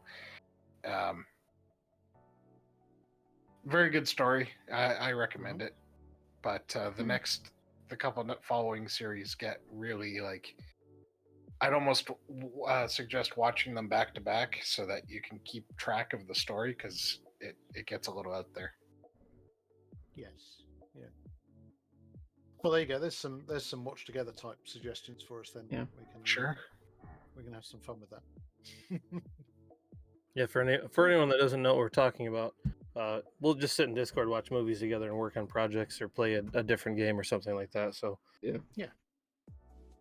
relatively usual anymore. Yeah, that's the wonderful thing about having a couple of monitors, so you can kind of be doing something on there and have something going on the side. Right. Nice. I don't think there's any more questions in there. I got no more on mine. Derek, welcome to the stream. What else is going on? So you guys. So Derek from Midwest is here. He's saying, "Who's there? Rich, Mike, and who else?" So you've got. Here we go. You've got Josh. Wave hello, Josh. Hey, and wave hello, Colby. Hello. Hey, hello. These are your former civilian managers when they were in the Midwest community. Back then, in the Wayback Machine. We're talking March. And we still miss you. Yeah. Way back when. Way back when. Feels like a different world. Kind of is, actually. It is, isn't it? Yeah, it is true. So this might be a good opportunity for you guys to showcase some of the things that you guys have been 3D printing. Okay. Go on, Josh. You go first. I'll sort myself out. Yikes. Okay. All right then. No, it's fine. Did I put you guys on the spot? Yeah, it's just down on the sheet right here. That's impressive. Okay. So I have a Creality Ender 3 Pro. I've liked it quite a bit. It was my first printer. Buddy of mine had one. Actually, he had a different style one. He said he was going to be looking into the 3 Pro, so that's the one that I picked up. It was like $200, just a little bit under. I only run Hatchbox PLA Plus. It costs a couple bucks more each roll, but I don't care. It runs really good for me. That's what I'm going to continue to use. I could probably go Amazon Basic and get it for like $18 compared to $23, but why mess with it? Why my settings that I know that works, that's what I'm going to stick with. So last night's print. I've showed all these guys, but my thought was I have a concealed carry permit, so I can conceal carry when I want to or when I need to. I like to have firearms for the Brits. Firearms, yeah, of course. Yeah. So I like to have my firearm located in a decent spot in my car. My cup holder was always a thought that I could make something that would fit in my cup holder or even down in my door cup holder. There's one on the driver's side and the passenger side door at the very footwells of the doors. So I printed something modeled off of my pistol that I have. I believe this one's 10% print, but it is a holster, a cupster I called it. I know it'll be inversed for you, but and my pistol fits nicely down inside of it. I would show you, but TOS, it does fit nice down inside of it. And the other concern that I had was, well, maybe your cup holder's not going to be the size. My Honda's different than what my Terrain is, and my Tahoe's different than what that is. So I made these rings for these. So this goes over top of the holder, and then you can put that into your cup well as opposed to anything else. So then it'll fit nicely down inside there just like that. That's a 4-inch ring that's around that one. I can make all different sizes of rings depending on how big you can make square ones or octagon ones, whatever kind of shape that you wanted. I started out with a different kind of design. It was pretty much the same thing, except it was just a single one. It was pretty tight. I could actually screw this down to like the table if I wanted to, and this one I could probably screw it to the wall and I'd be able to draw off of it if I wanted. So kind of something I thought about. If you got your pistol in the cup holder, where do you put your Slurpee? Well, you got more than one cup holder. Yeah. Gotta remember that too. So Derek's asking in chat, Josh, do we sell the stuff we make in 3D printers? I've never given it a thought, quite honestly. I mean, I could. That was kind of not where I wanted to go with this, but I thought this was a relatively decent idea for some people in states where you have open carry that maybe you wanted to have it accessible, not on your hip, but you could have it in your cup holder. I put my logo on this one, which I thought I just wanted to put it on there. I figured if I did sell it to somebody else, I'd continue to put it on there. This one has my phone number on the side of it as well. I'm not going to show it on stream, but if I sold one to somebody, at least they could reference it later on and say, oh yeah, this is the guy to call, or this is where I picked it up from. I could put our website on there, or my website, or our Discord. I mean, I could put whatever I wanted, either concaved or convexed into the plastic. So I mean, really, I can make it whatever size you needed. This one is for my 3.3 XDS. So it is relatively shallow. I can make them deeper. I could recess them. I can pretty much take a picture of a firearm and then use that to build off of this. And then, like I said, it's really just getting the ring to fit into your cup holder, into your console. So here's a question. Given that you modeled those yourselves, what clearance do you allow for an interference fit? What do you find works for you? So this fit, when I upscaled this to fit inside of this ring, was a 0.15 inches. Okay, yeah. But this is tight. This is tighter than I wanted it to be. This is it's tighter than I thought it was going to. So I'd probably take this and take some sandpaper to it, but I'll probably increase this a little bit. Even if this was relatively loose and wobbled on it, obviously this wouldn't be a good fit to where there's too much wobble. It would keep it centered, it would keep it from moving around, but that's probably a quarter of an inch out of size. So maybe under 1/8 of an inch would probably be somewhere where I'd want to go. This was kind of my first trial, and it was for myself, but I'm happy with how this turned out. I didn't need to do too much to it, and it fits really well. So I do 0.1 or thereabouts of a millimeter. That's what I aim for. Yeah, I think like a 0.2 of an inch, so it'd be a little bit under. But that would be upsizing the whole thing. So like this is a 3-inch round. So I did a 3.15 inch round for this. Yeah.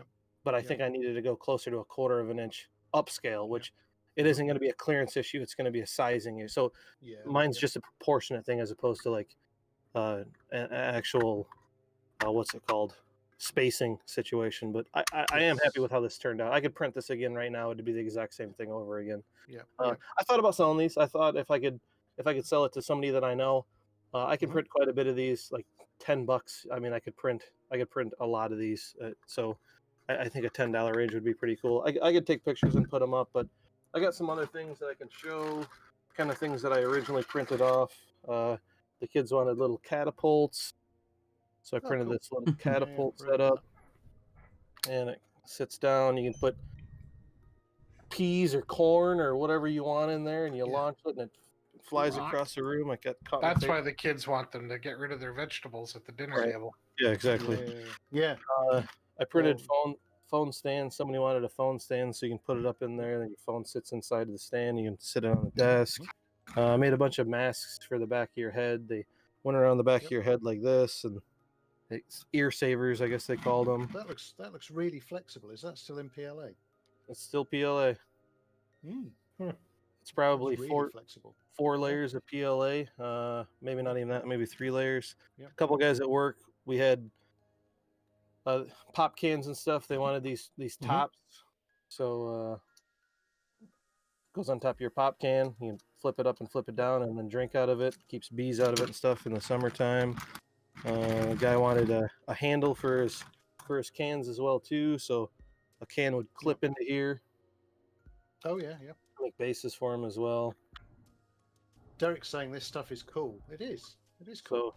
So can goes in there, sits like that, and then you can drink it like normal. Made little figurines. I got a whole bunch of stuff that I made for a guy. This is Master Chief. Haven't finished painting yet.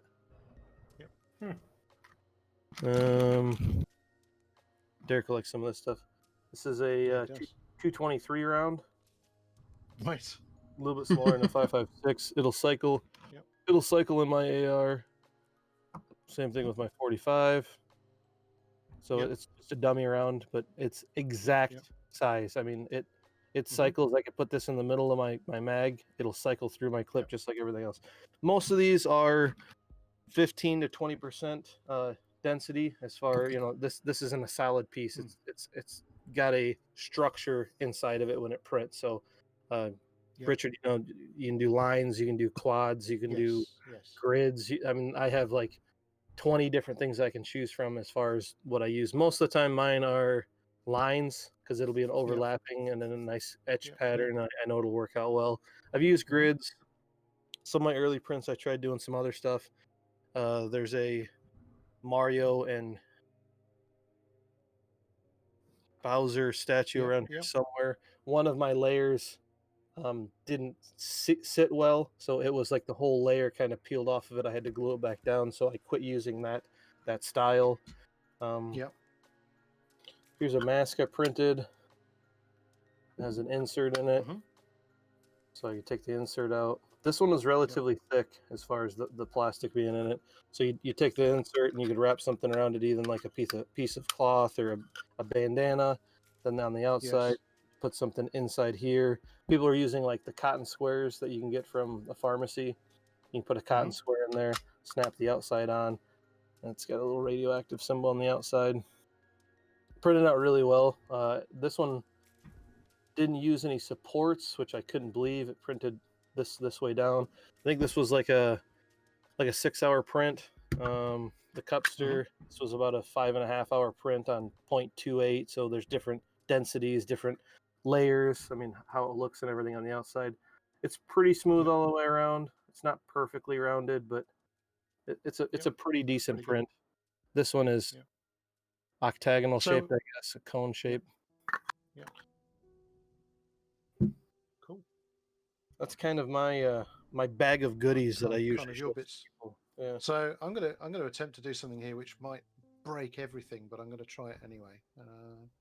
So if I turn, hold on, I'm gonna play with some sources here on maybe that might work. Oh, I got this one too. I didn't show that one off. Yeah. So this is a little baby. This is a stand. Pretty much the same thing. We have a baby monitor. There's a kickstand on the back of it. Gone, broke. Kid broke it. So we wanted to be able to set it. So this goes on the nightstand. I printed another one, but it'll sit on her nightstand, and then the baby monitor is right there, so she can look at it. But it's a phone stand. I mean, I can use it for my Switch if I wanted to, and set that on it. I mean, really, you could use it for a tablet. I mean, you could use it for anything. But same thing. It's just layered plastic. Turned out pretty good. No support. Printed just like this. Picked it off the bed. 2 hours later, had a stand. So here's what I've been messing with. Ignore the. In fact, I'd probably get rid of the game capture thing. Where's that? Can't find it. Maybe there. No. Oh well, it'll be there somewhere. Oh, here's a little situation. We'll go with what we've got, shall we? She broke the arm. Got to reprint the arms. So anyway, so what I've got here is I've got my IR tracker, so the thing I held up before, and I've just realised I can't now hold it up because I'm not on camera. But hey, that's how it goes. And this was for me probably one of the more complex designs that I've done. So this is all in Fusion 360, and what you can't really tell is how many parts there are, but there are 3. So I started out with the main body, which is this piece. Essentially, what goes in here is there's an LED in each of these faces, a little infrared LED, and then there's space in here for the cable to run around the inside, and a couple of resistors, and then the cable comes through this hole and kind of drops out. Are you showing something that I can't see? Yeah, he's probably showing on his stream. Yeah. I am. Sorry. Yeah. Oh, you're on your stream. Gotcha. Sorry, that's. I didn't think that. No, it's all good. All right, gotcha. I'll be quick. So anyway, so adding the other parts to it. So this was the first time I made something where a part presses into another part, and it's just an interference fit. So I can turn the first one off, and you can see that this is just really simple.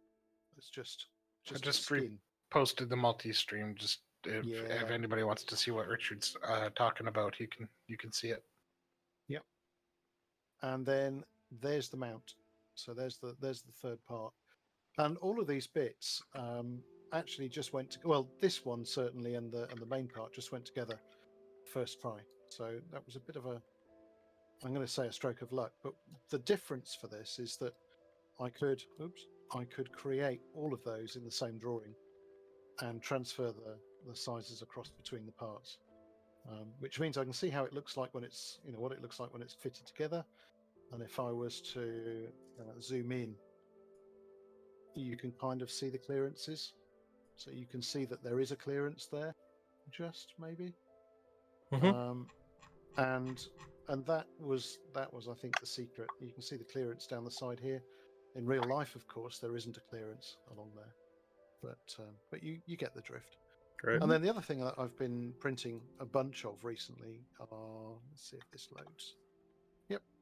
So this looks really big on the screen at the moment, but it's effectively a bird box camera, and I'm going to get rid of the bit that you can't see in everybody else's streams and go back to the normal camera, because I can show you some of those printed out. Where is it then? There we go. Back to normal. So you saw this bit as I held it up earlier. It does actually still come to pieces. I can't quite see in this light to do that, but there's the mount, which is just one piece, and then I won't bother peeling the other parts together, but the mount literally just clips on and snaps onto. Oops, can't quite see in the light that I've got, but there you go. Somebody change the lights and it'll be fine. And that essentially, that wedge on the back of it just matches the angle of my headphones here. So that's one thing. The other thing is we've been playing with these little circuit boards with cameras on. So what that is I think I used one a while back for a stream. I called it Desk Cam. There's one inside my 3D printer. You can see one of those pictures. The top one of the two inside the printer at the moment is one of these modules inside a 3D printed case that I made on this printer. And these are really cheap. And, And we were surprised by how good they looked too. I mean, they work. Yeah, those cameras look really well. I mean, it's okay. I mean, it's got quite a good resolution. If the light's good, then it's pretty good. In poor light, then like any CMOS camera sensor, it gets quite slow. So for that board, I've printed these little cases, and here's one with a camera inside it. So you can see the lens poking out the front. There is an LED, a white LED in there. That's the kind of the yellowy looking box. And then you can see the rest of it inside. And that one's still got the pins on it, but I take the pins off and then literally just screw it into the wooden roof of the bird box. And that will work, I think, really well. It's Wi-Fi obviously, and will connect to the Wi-Fi in the house from down the garden hopefully. And we've got a bunch of bird boxes to put up, so probably be next season now before we get, or next year rather, before we get anything out of them. But that's the general plan. So why are you spying on birds in bird boxes? So I mean, it's partly because we've got two kids, and we put up a blue tit box this year. Don't know whether you guys get blue tits or whether that's just another one of those British idiosyncrasies. No comment. Good. So anyway, and then of course, we're pointing at this box, telling the kids, look, the adults are going in there nesting, and other things, and ultimately, of course, the birds hatched and fledged and disappeared, and the kids saw nothing of it. Right. So I thought, well, next time, let's have a camera in there. And you mentioned this is what I often use for Twitch chat. It's just an old Kindle Fire HD, and so I had how do I put this underneath my monitor, and then just modelled this really simple stand. It's actually very, very hollow. There's virtually no material inside it, and the tablet literally just about to see there. It's a made-to-measure kind of fit. The tablet just fits inside it, and then the back obviously is made to match the shape of my monitor stand underneath. So the whole thing just sits in front of the monitor and comes up level with the bottom of the bezel. Nice. Or top of the bottom bezel, I should say. Yeah, the only other things I had like that. See, I showed you this one, Richard. This one was a print in place as well. Where that hinge printed in place. I just did another one, a phone stand for a guy that I redid the whole thing, and this was just off of Thingiverse. It was a nice print, but that little box printed in place with that hinge on it and everything. So it goes to show how even with plastic, the lines are pretty good in this one as well too. Outside's kind of rough because it's printed face down, but it has a little clasp in it, and it does close, and it won't reopen again. I could print a different color lid if I wanted, and there's the actual hinge of it. I could put a different color lid on it if I wanted to. Pretty neat little thing. I mean, you could sell for probably a couple bucks, and somebody would buy, and maybe neat thing for like these kind of flash cards or SD things, and throw them in there and throw them in a book bag and not have to worry about it. And Derek's asking in chat, did I make my own camera? Well, I kind of bought the module and slightly modified the software. That's all I did. But I just then got the digital caliper out, measured the circuit board, and then just modeled the holder for it. So there's one inside the 3D printer, as I say, at the moment, which is I'm just going to see if I can. I probably can, but I'm not going to do it now. I'm going to try and grow it so that it fills the screen. Here's another one I made. Colby's been watching me make this one. I made this for a guy at my local. So go on his computer stand. It says it's a Hail Hydra. I painted done the paint. Yeah, good. Yeah, I painted it. It doesn't look the greatest, but it look okay. These guys, it's kind of for USB drives to sit into. They don't sit the greatest, but I mean, you can't. There's no way you'd be able to wiggle them out. And same thing, you throw stuff in the top of it, put it underneath his monitor wherever he wants on his desk, and it'll be sitting there like that. So this wasn't a print. This was something I made. It's relatively simple to do, and The Tinkercad that I use Mm. is almost too easy to use, actually. So I have Fusion 360. I think Richard uses an older version because he knows how to use that version the best. I don't think you have a new one, do you? It's current. Is it current? I thought you No, had. it's current. Yeah. So the appeal is that it's a free license for makers, so people are using it not for profit. It's free. Not Yeah. buy this, not for profit. No. Well, no. Yeah. Yeah.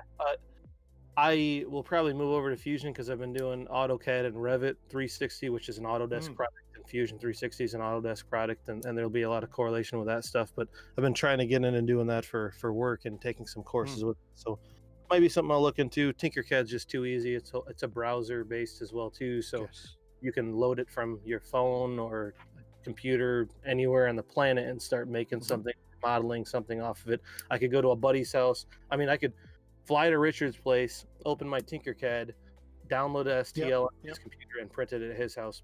And it's all cloud-based, web-based. So actually, you can do the same with this. You could just log in every time I go into your AutoCAD. Into Fusion. I just have to log in. If you logged in, it would have all your projects in it instead.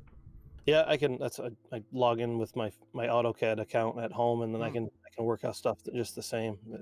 I think it's cool just being just a web-based thing, and it's pretty simple. I mean, definitely not as much stuff. I could probably make your headset and everything on there. It would take me quite a bit longer though, and it's a lot more of a it's an easier build process as opposed to a Fusion. So Fusion would be a long-term thing to get into and invest some time and learn how to do. So I thought that as well, Josh.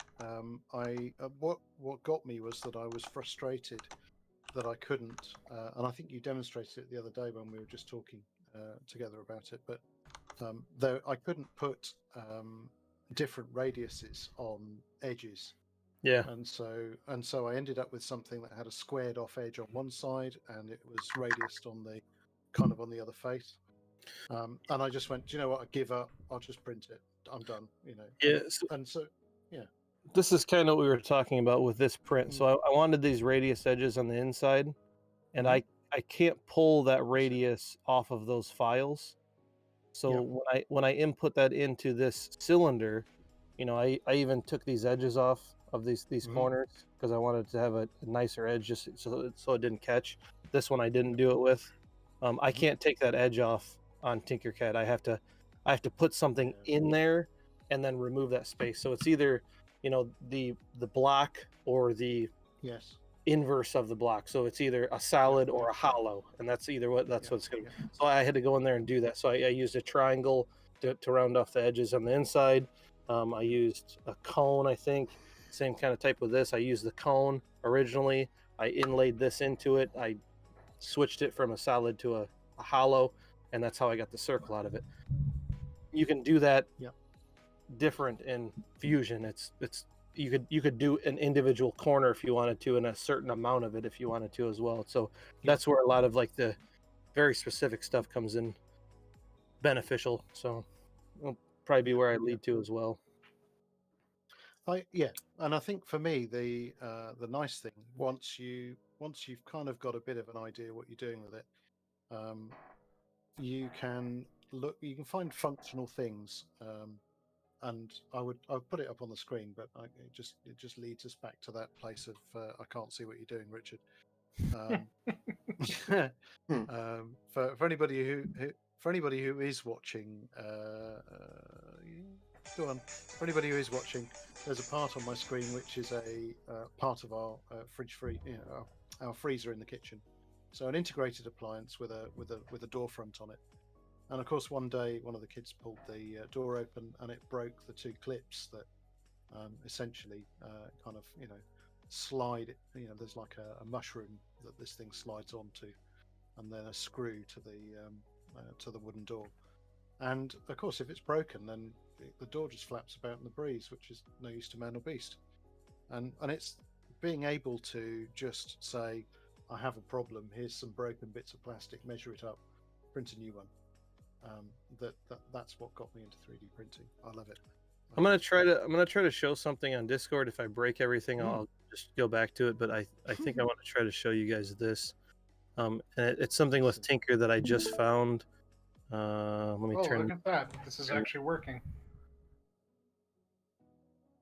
Sort of. Okay, well, it probably messed up your guys' screens, unfortunately.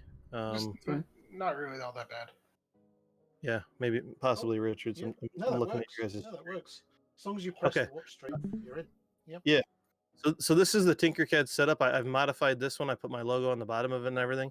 Richard, I didn't know this about Tinker, but up here in the corner, I can make this into a block set, and it'll print it in blocks, and then I could have a Lego. That's cool. I didn't know that. I think I want to try it, but I guess we'll give that a go sometime as well. Welcome. Kind of an really cool. Yeah. Oh no, you. So this is for Lego? Yeah, this is my STL for this, so I think this will print like this. Yeah, it is me. But it's freaking me out how this would work. I mean, you can see how like the center block is going to be meshed with the inside one, and these two are going to be built off of that, so it'll print these blocks out. I'm just gonna go back to this. So yeah, I made this one off of another one. This is the desktop one that I made from scratch, that I thought I could put a hole in and mount on a desktop if I wanted to. So same kind of holster. I didn't know if I wanted to put a couple holes in it to be able to mount it to a wall or to a desk, but same principle pretty much. Sits inside there, sits over top of it. I've showed all these guys these. This is a bedside holster.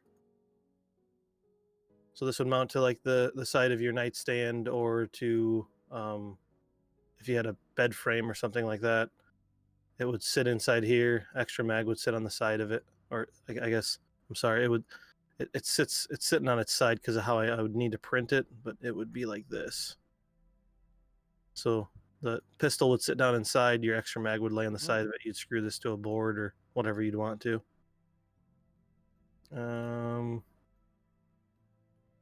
What else do I got? Oh, I guess I can show you this one. This is that stand. I don't think it has a name on it. It might have my name in it actually, because it was my modified. Yeah, there's my name inside that. So same thing. Has a hinge on it. It opens and closes. Put your phone in it. And kind of goes V-shaped, and then you can rest your phone. But yep, pretty cool. I took those inlays out and put some stuff over top of it. The culoid's kind of boring. I think that's pretty much it. I'll show you. This is neat because it screws together, and if you look up an oloid, what it is, it's something that's oblong shaped, or it's two similar sized circles. When these get put together, this one goes together the opposite of that one, so they run in perpendicular to each other, and then you can roll it across the table. But that's an actual screw, threaded joint, and it threads into here. So I added this for a screwdriver head if I needed it. Screw it into this one. I take that one, I screw that into that. It's about halfway, and those two pieces go together. I had no problem with this at all. I printed this. You didn't have to clean it at all. I printed it. I pulled it off the bed. I cleaned off the inside of these, but I don't think I needed to. I think the only reason that I would need to is I probably had too good of a smash on my first layer, because I'm just always worried about it. So I get a good compression on my first layer, but I could have probably screwed these right in, and they would have worked out okay. I put lines up fine. There's no misalignment. No, cool. lined up fine. I put the guy's name on it, just so it was custom. I think he ended up painting. I printed it in white. He painted it lime green. That's what he wanted. So, but I could take. I've started to realize I could take a figure. I could take something that they had online, and I could modify it however I wanted. I could put your name on it. I could put a company logo on it. I could do whatever I wanted and print it and have something custom. So yeah, this is the ring for that cup holster, the cupster. And then I can modify the size of this as well too, so I can make it as big as I needed to and invert it. So kind of a neat program. This whole block thing's kind of throwing me off. I found that the other day and thought, I'm going to have to look at that now, Josh, because we like any family with kids, we spend far too much money on Lego, and if make something out of blocks, yes. Well, that's interesting because a coworker of mine has a 3D printer, and his kids are really into Lego, like most kids. And they wanted to build a boat that would actually float. So he 3D printed the base of a boat with all the dots on it that the bricks can connect to and all that. And I wish we would have had this sort of thing when I was a kid, because for the longest time I wanted one of those castles that it's a base and then you build the castle off of it, and the base looks like it's got rocks, little path. So you've got me now. I'm going to show you this, and you will see it this time, all being well. There we go. Oh yeah, okay. So right, do you see that? This is. I'll let you catch up. Yep, we got it. I got it. There you go. So this is modelled by me in Fusion. So as I've learned how, I think I may have had a go at one in Tinkercad. Yeah, sure, Lego, almost Lego. This has been my kind of exercise in learning how to model stuff. So you've kind of got the solid. Whoa, a follow from Jonathan, the computer freak.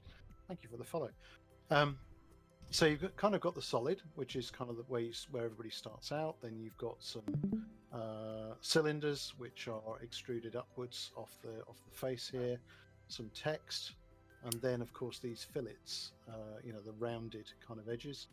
And then, just to prove that it's not a cheat, underneath we have the center kind of binding tubes, which again have fillets on. There's a fillet on this inside edge as well, which you can kind of see. So that, for me, I mean, it was being able to turn around and say, I want to make a functional part, and you get these really crazy looking geometries where it attempts to render it and it looks horrific. Well, then the thought, you can print that as big as you want. Well, you can, but you could print it actual size, or you could print them 2 inches, and you could print it as Duplo instead. Yeah. Right. Yeah. Absolutely. So for that one, I did that obviously using the digital caliper, and it comes out spot on. You can put it together with other Lego, and actually one of the reasons why it's got this radius on the inside here is not just for being pretty. It's because of that smush that you talked about, where you extrude the first layer of that plastic down quite hard, and therefore you get a little bit of kind of it's not sprue, it's what do you want to call it? Like a little flare on the bottom skirt layer. Almost. Yeah, almost. Yeah. And so that kind of gets rid of that. If you put a feature like that on it, and you can afford to lose a bit of surface area, then you end up with something that's pretty much square all the way to the bottom. So for everyone else, there's another option which you can print them on a raft. What a raft does is it puts down layers on the print bed before it starts extruding the actual piece. So it'll put down 2 or 3 layers first, and then your piece will print on top of it. You do it if you wanted a really nice bottom for some reason. If somebody was going to see, if you had to print something that you didn't want to put supports on, and you needed to print it upside down, so the top would be viewed all the time, you could invert it and put it on a raft, and then you'd waste probably less plastic because you wouldn't have to put any supports in. Supports are if you have something that's on an overhang, 90-degree angle, 65 degrees angle, whatever it is, to support the plastic from just falling down. So why are we building Lego pieces, Mahmood? Because it's cheaper. Good question. Well, do you know it is? Is it? I'm trying to think. If you go in there with a cup, I bet you it would be a lot cheaper to print 1,000 Lego pieces than to buy 1,000 Lego pieces. So when I was a kid, there used to be a little booklet that came in every Lego set, and it was just an advert for other Lego sets, but there was also talk about the Lego Club. And on the very back page was an order sheet where you could order just a bunch of base pieces. Yep. Do they still offer that? Yeah, they do. Yeah, you can They still do that. they do, but most of the time in stores, you're buying a kit. You're buying True. Yeah. a Lego fighter, or a Star set. Wars fighter, something that Yeah. $80 for I the know. one cruiser, It's ridiculous, but But yeah, if you just wanted individual pieces, you can go to Lego Land and buy 50 pieces for I don't know X amount of dollars. I don't know how much they are. They're not cheap. They're not as cheap as they should be. Put it that way. No, that's right. And then other simple stuff is like this. The bracket that holds my boom mic up. This is all it is. It's just very solid looking shape. No attempt at making it pretty, and then a couple of straps that screw. Function over fashion. Well, you don't see it because it's behind the monitor. Yeah. And it was another first time fit. Just print and stick it on. So. Happy Do you days. still have the failed attempt at that? No, that went in the bin. Yeah. So, like you do. So what I thought I'd do to be clever was print it on its end. So it was printed on this end and stood up. I'm rubbish at turning these round, but so it's printed that way up, and it got to about here, or maybe about here, and then kind of broke off the platform and started sort of skating round. And it's only because I've got a glass build platform, didn't put any glue on it, and feeling a bit cocky, and it didn't quite work.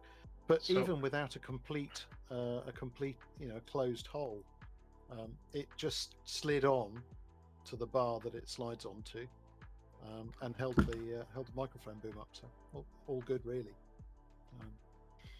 But yes, it's seeing problems and making something. That's what I love doing. Love it. When I was involved in RC cars and everything, we'd break pieces all the time. Almost every time we took them out, we would break something. And what we had talked about doing is taking all of the broken parts and screwing them together on a placard of some sort. And the most epic wreck gets the trophy. Yes. You guys should totally do that with your failed, your botched jobs. So this is. No, I hide them. This is one that I had the other day that I kept because he was interested in what the actual, what it looked like. So I have this one. Yeah. It is a Yeti mug, or I guess a handle for a Yeti. Yeah. Let me see. Why is my? Oh, that's why. Sorry, I have you on full screen. That's why everything's weird. Well, that's pretty scary for everybody. There we go. Okay. It's a Yeti handle for a 30-ounce Yeti mug, so it slides, from the bottom up, and then this part there'd be a handle that came down, and it was really nice. I could show you, but so I printed the guy's name on it, on the outside of it. It turned out pretty good. I mean, it was going okay. Got to that point, and it came off my bed. So this was printing like this, and it's printing up so that when it printed the handle, it could just continuously keep printing up. I don't know what happened. Bed might have got, I don't know. It might have, maybe I hit something. The bed got too hot. It might have loosened the plastic up and then let it go. But this was a side that was down on the bed. Can't really notice too much on it. I mean, it just looks like smashed plastic. And then this was what was up. So that was the infill, the line fill from that print. Yep. I think this was like 15%. I didn't really care too much about it. I just wanted to see it print, but that's kind of what it looks like in the inside. And that would have ran all the way down. That's how the whole ring is and everything. It's a pretty solid piece. I mean, I can flex it. Yep. But I mean, for what you're using it for, I wouldn't be too worried about it. No, I agree. I could definitely break it by hand, though. I mean, I could smash it. Yeah. So I must admit, I started out with, I bought the printer I've got simply because it printed ABS straight out the box, and for me that was quite a big consideration to begin with. Everything I'd read said for functional parts you want ABS, it's more forgiving, blah blah blah. And I endured the smells and everything else from it, and then only fairly recently did I try printing for the first time in PLA, and there is a difference. The ABS holds its shape better. So my microphone boom mount has just started to warp slightly with the weight of the boom. It's constantly pulling at an angle. I mean, it's not a problem. It's functionally fine. But if I lift the, I can feel a certain amount of slack, kind of in the length of that boom now. I think that happens with the stock one too, because mine's got a bit of a give to it as well. Oh yeah, you might find it's more a failure of the boom itself. That'd be good news, wouldn't it? The whole thing fall down on my head. But no, I mean, actually transitioning across to PLA as I've done, it's surprisingly good material, and people have told me that they've printed stuff and left it outside where you're kind of not supposed to, yeah.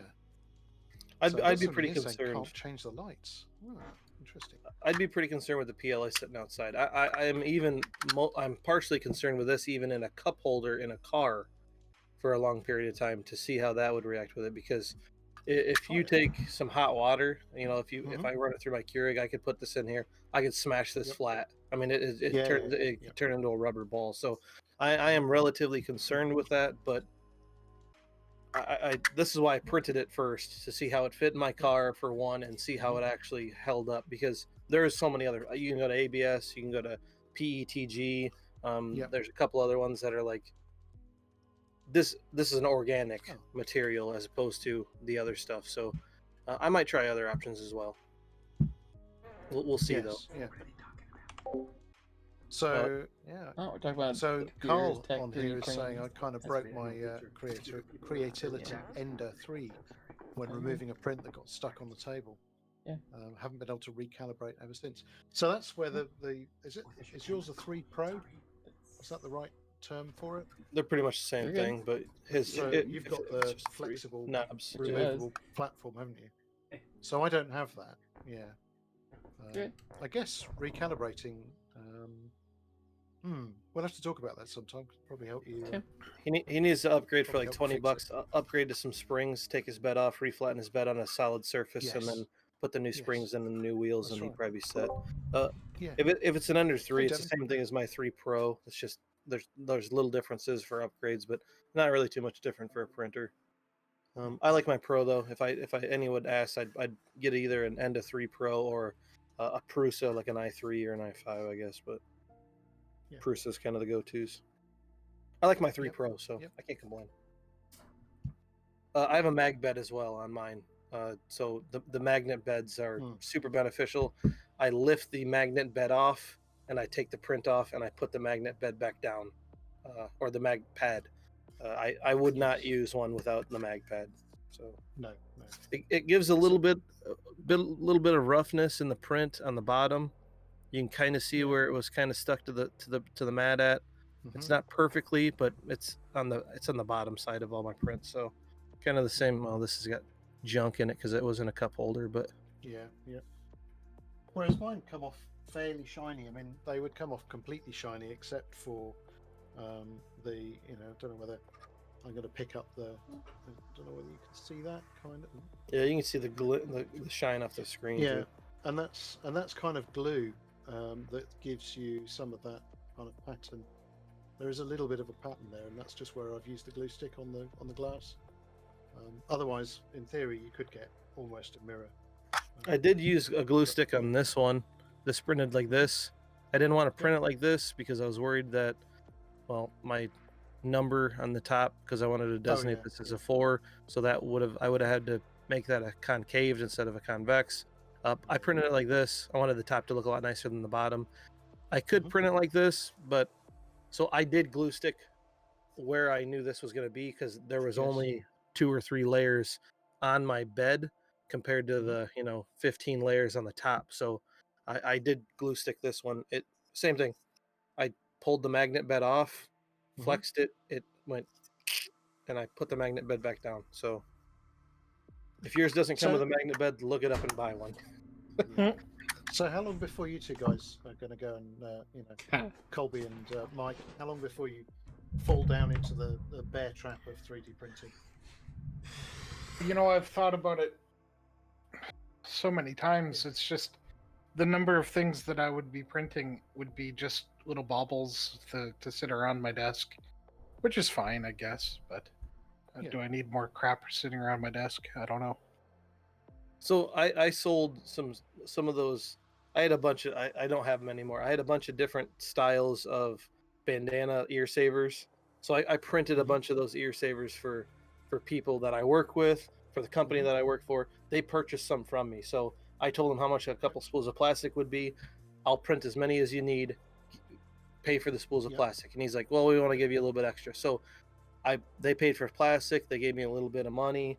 I printed some for the local grocery store. I sent some to a buddy in Southern Illinois.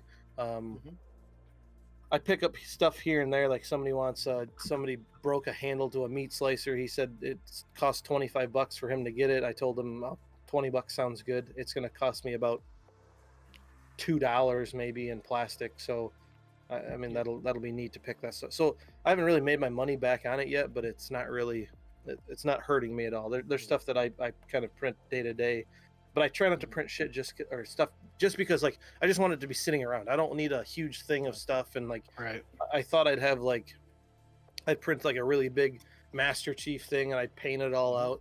I am much more into like designing something and printing a specific necessity. Something for a necessity as opposed to just stuff.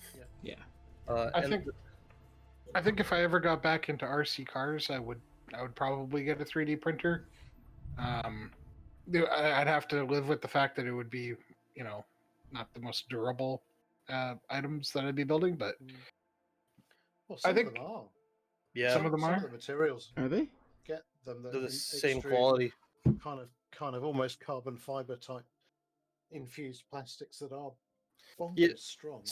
So this, just because this kind of plastic I wouldn't trust to run it over, I could purchase a plastic that's you could run this over with a semi truck. I mean, like the PETG plastic is what you'd use for a lot of that kind of stuff. It is a lot more expensive, but I break an A-arm every time I drove my RC car. So I mean, I could print 5 or 6 of those and have them in the toolbox, and then I could just switch it out and continue playing. It's funny you mentioned A-arms because I'd be buying packages of A-arms in bulk. Right. So and then I discovered a brand that was virtually indestructible. So I put those on, and then everything that was attached to that A-arm started to break. That's how RC is. You always want the one thing. You want the A-arm. You don't want to buy the best yokes for your drive shaft in RC, because when you do that, then everything behind it starts slipping, and then you're buying a transmission and gears and everything else. So you want to have that point of that's where it's going to break, to where like PLA would be fine for that. You could print this for $20. You can get a roll of PLA.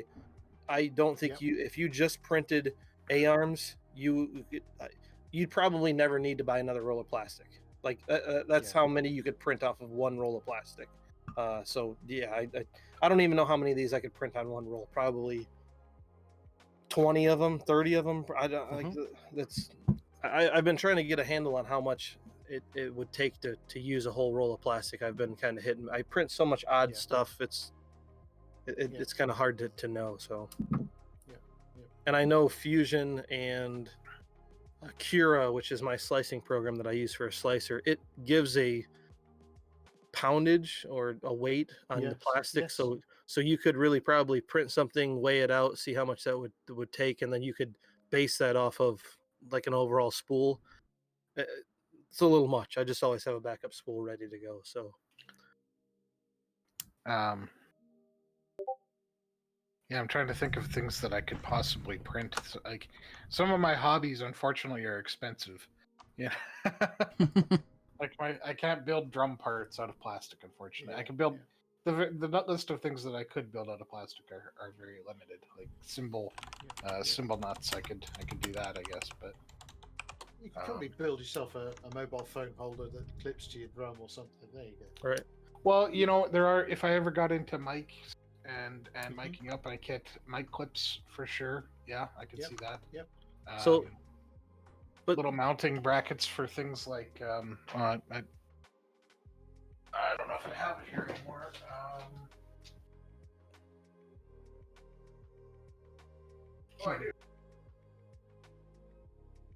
So Mike. We were also watching the D&D streamers the other night, and you were talking about D&D a lot too.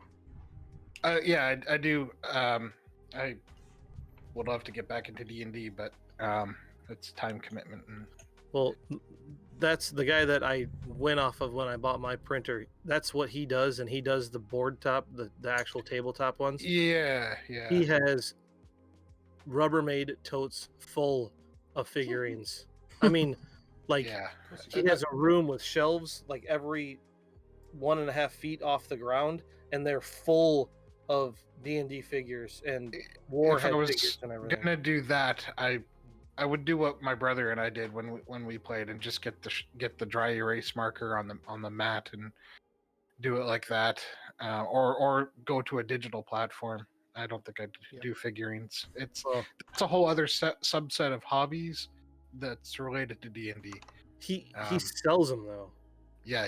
And he sells them for good money too. So I mean, printing a unprinted D&D set, like it'll probably cost you, $10 to print them, and not even. And I wouldn't even have to paint them. People would buy them to paint. So, you buy, even if you sold them for double the price. You made them for $10, you sold them for $20 or $30, which is cheap for quality figurines.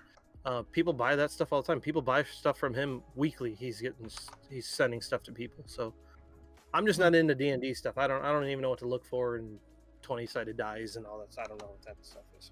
Oh, well, wow. I mean, I'm into all kinds of board games, and I have a satchel of dice somewhere in my shelf that, from D3s to or D4s, I guess D4s up to D20s. Oops. Cops are but Richards, this bad be boy careful. here. I need to find a mount. Just the mount that put this on my drum set. It's just a wood block. Okay. That's like a $30 or $40 attachment to just mount this block onto my drum set. Yeah. Josh is looking at that thinking, 4.5 hours? Probably not too bad. Yeah. Depends on where you want to mount it. it. You don't It is a bit hefty. Oh yeah, it wouldn't be if we printed it. Be a bit lighter. Well, you don't get the same effect out of piece of plastic, I guess. Yeah, fair one. It wouldn't be too bad. Yeah, good. I probably look it up. I'm sure somebody probably already has an STL file they've already made for it. Probably. Yes. There's a lot of that kind of stuff as well too. You don't even really have to, you don't have to make your own stuff. It's funny because we've looked into some stuff. Like Richard was doing those cases for those cameras, and he's like, "Oh, I'm gonna start making one up." I just looked one up online, and I found one. Yeah. But like he wants his, he wants it suited for what he needs. He wants his mounting brackets to be right. He knows that he put the time in to actually make it and everything, and it didn't take that much time. I mean, Richard's done it so many times that he can do it for just the same amount of time. I can look up, why webcam case, and then all of a sudden it'll pop up, and then I can start printing it. Yeah, that's cool and everything. It'll work just fine. But there's also something saying like, "Oh yeah, I made these cameras." So that is the case with most things.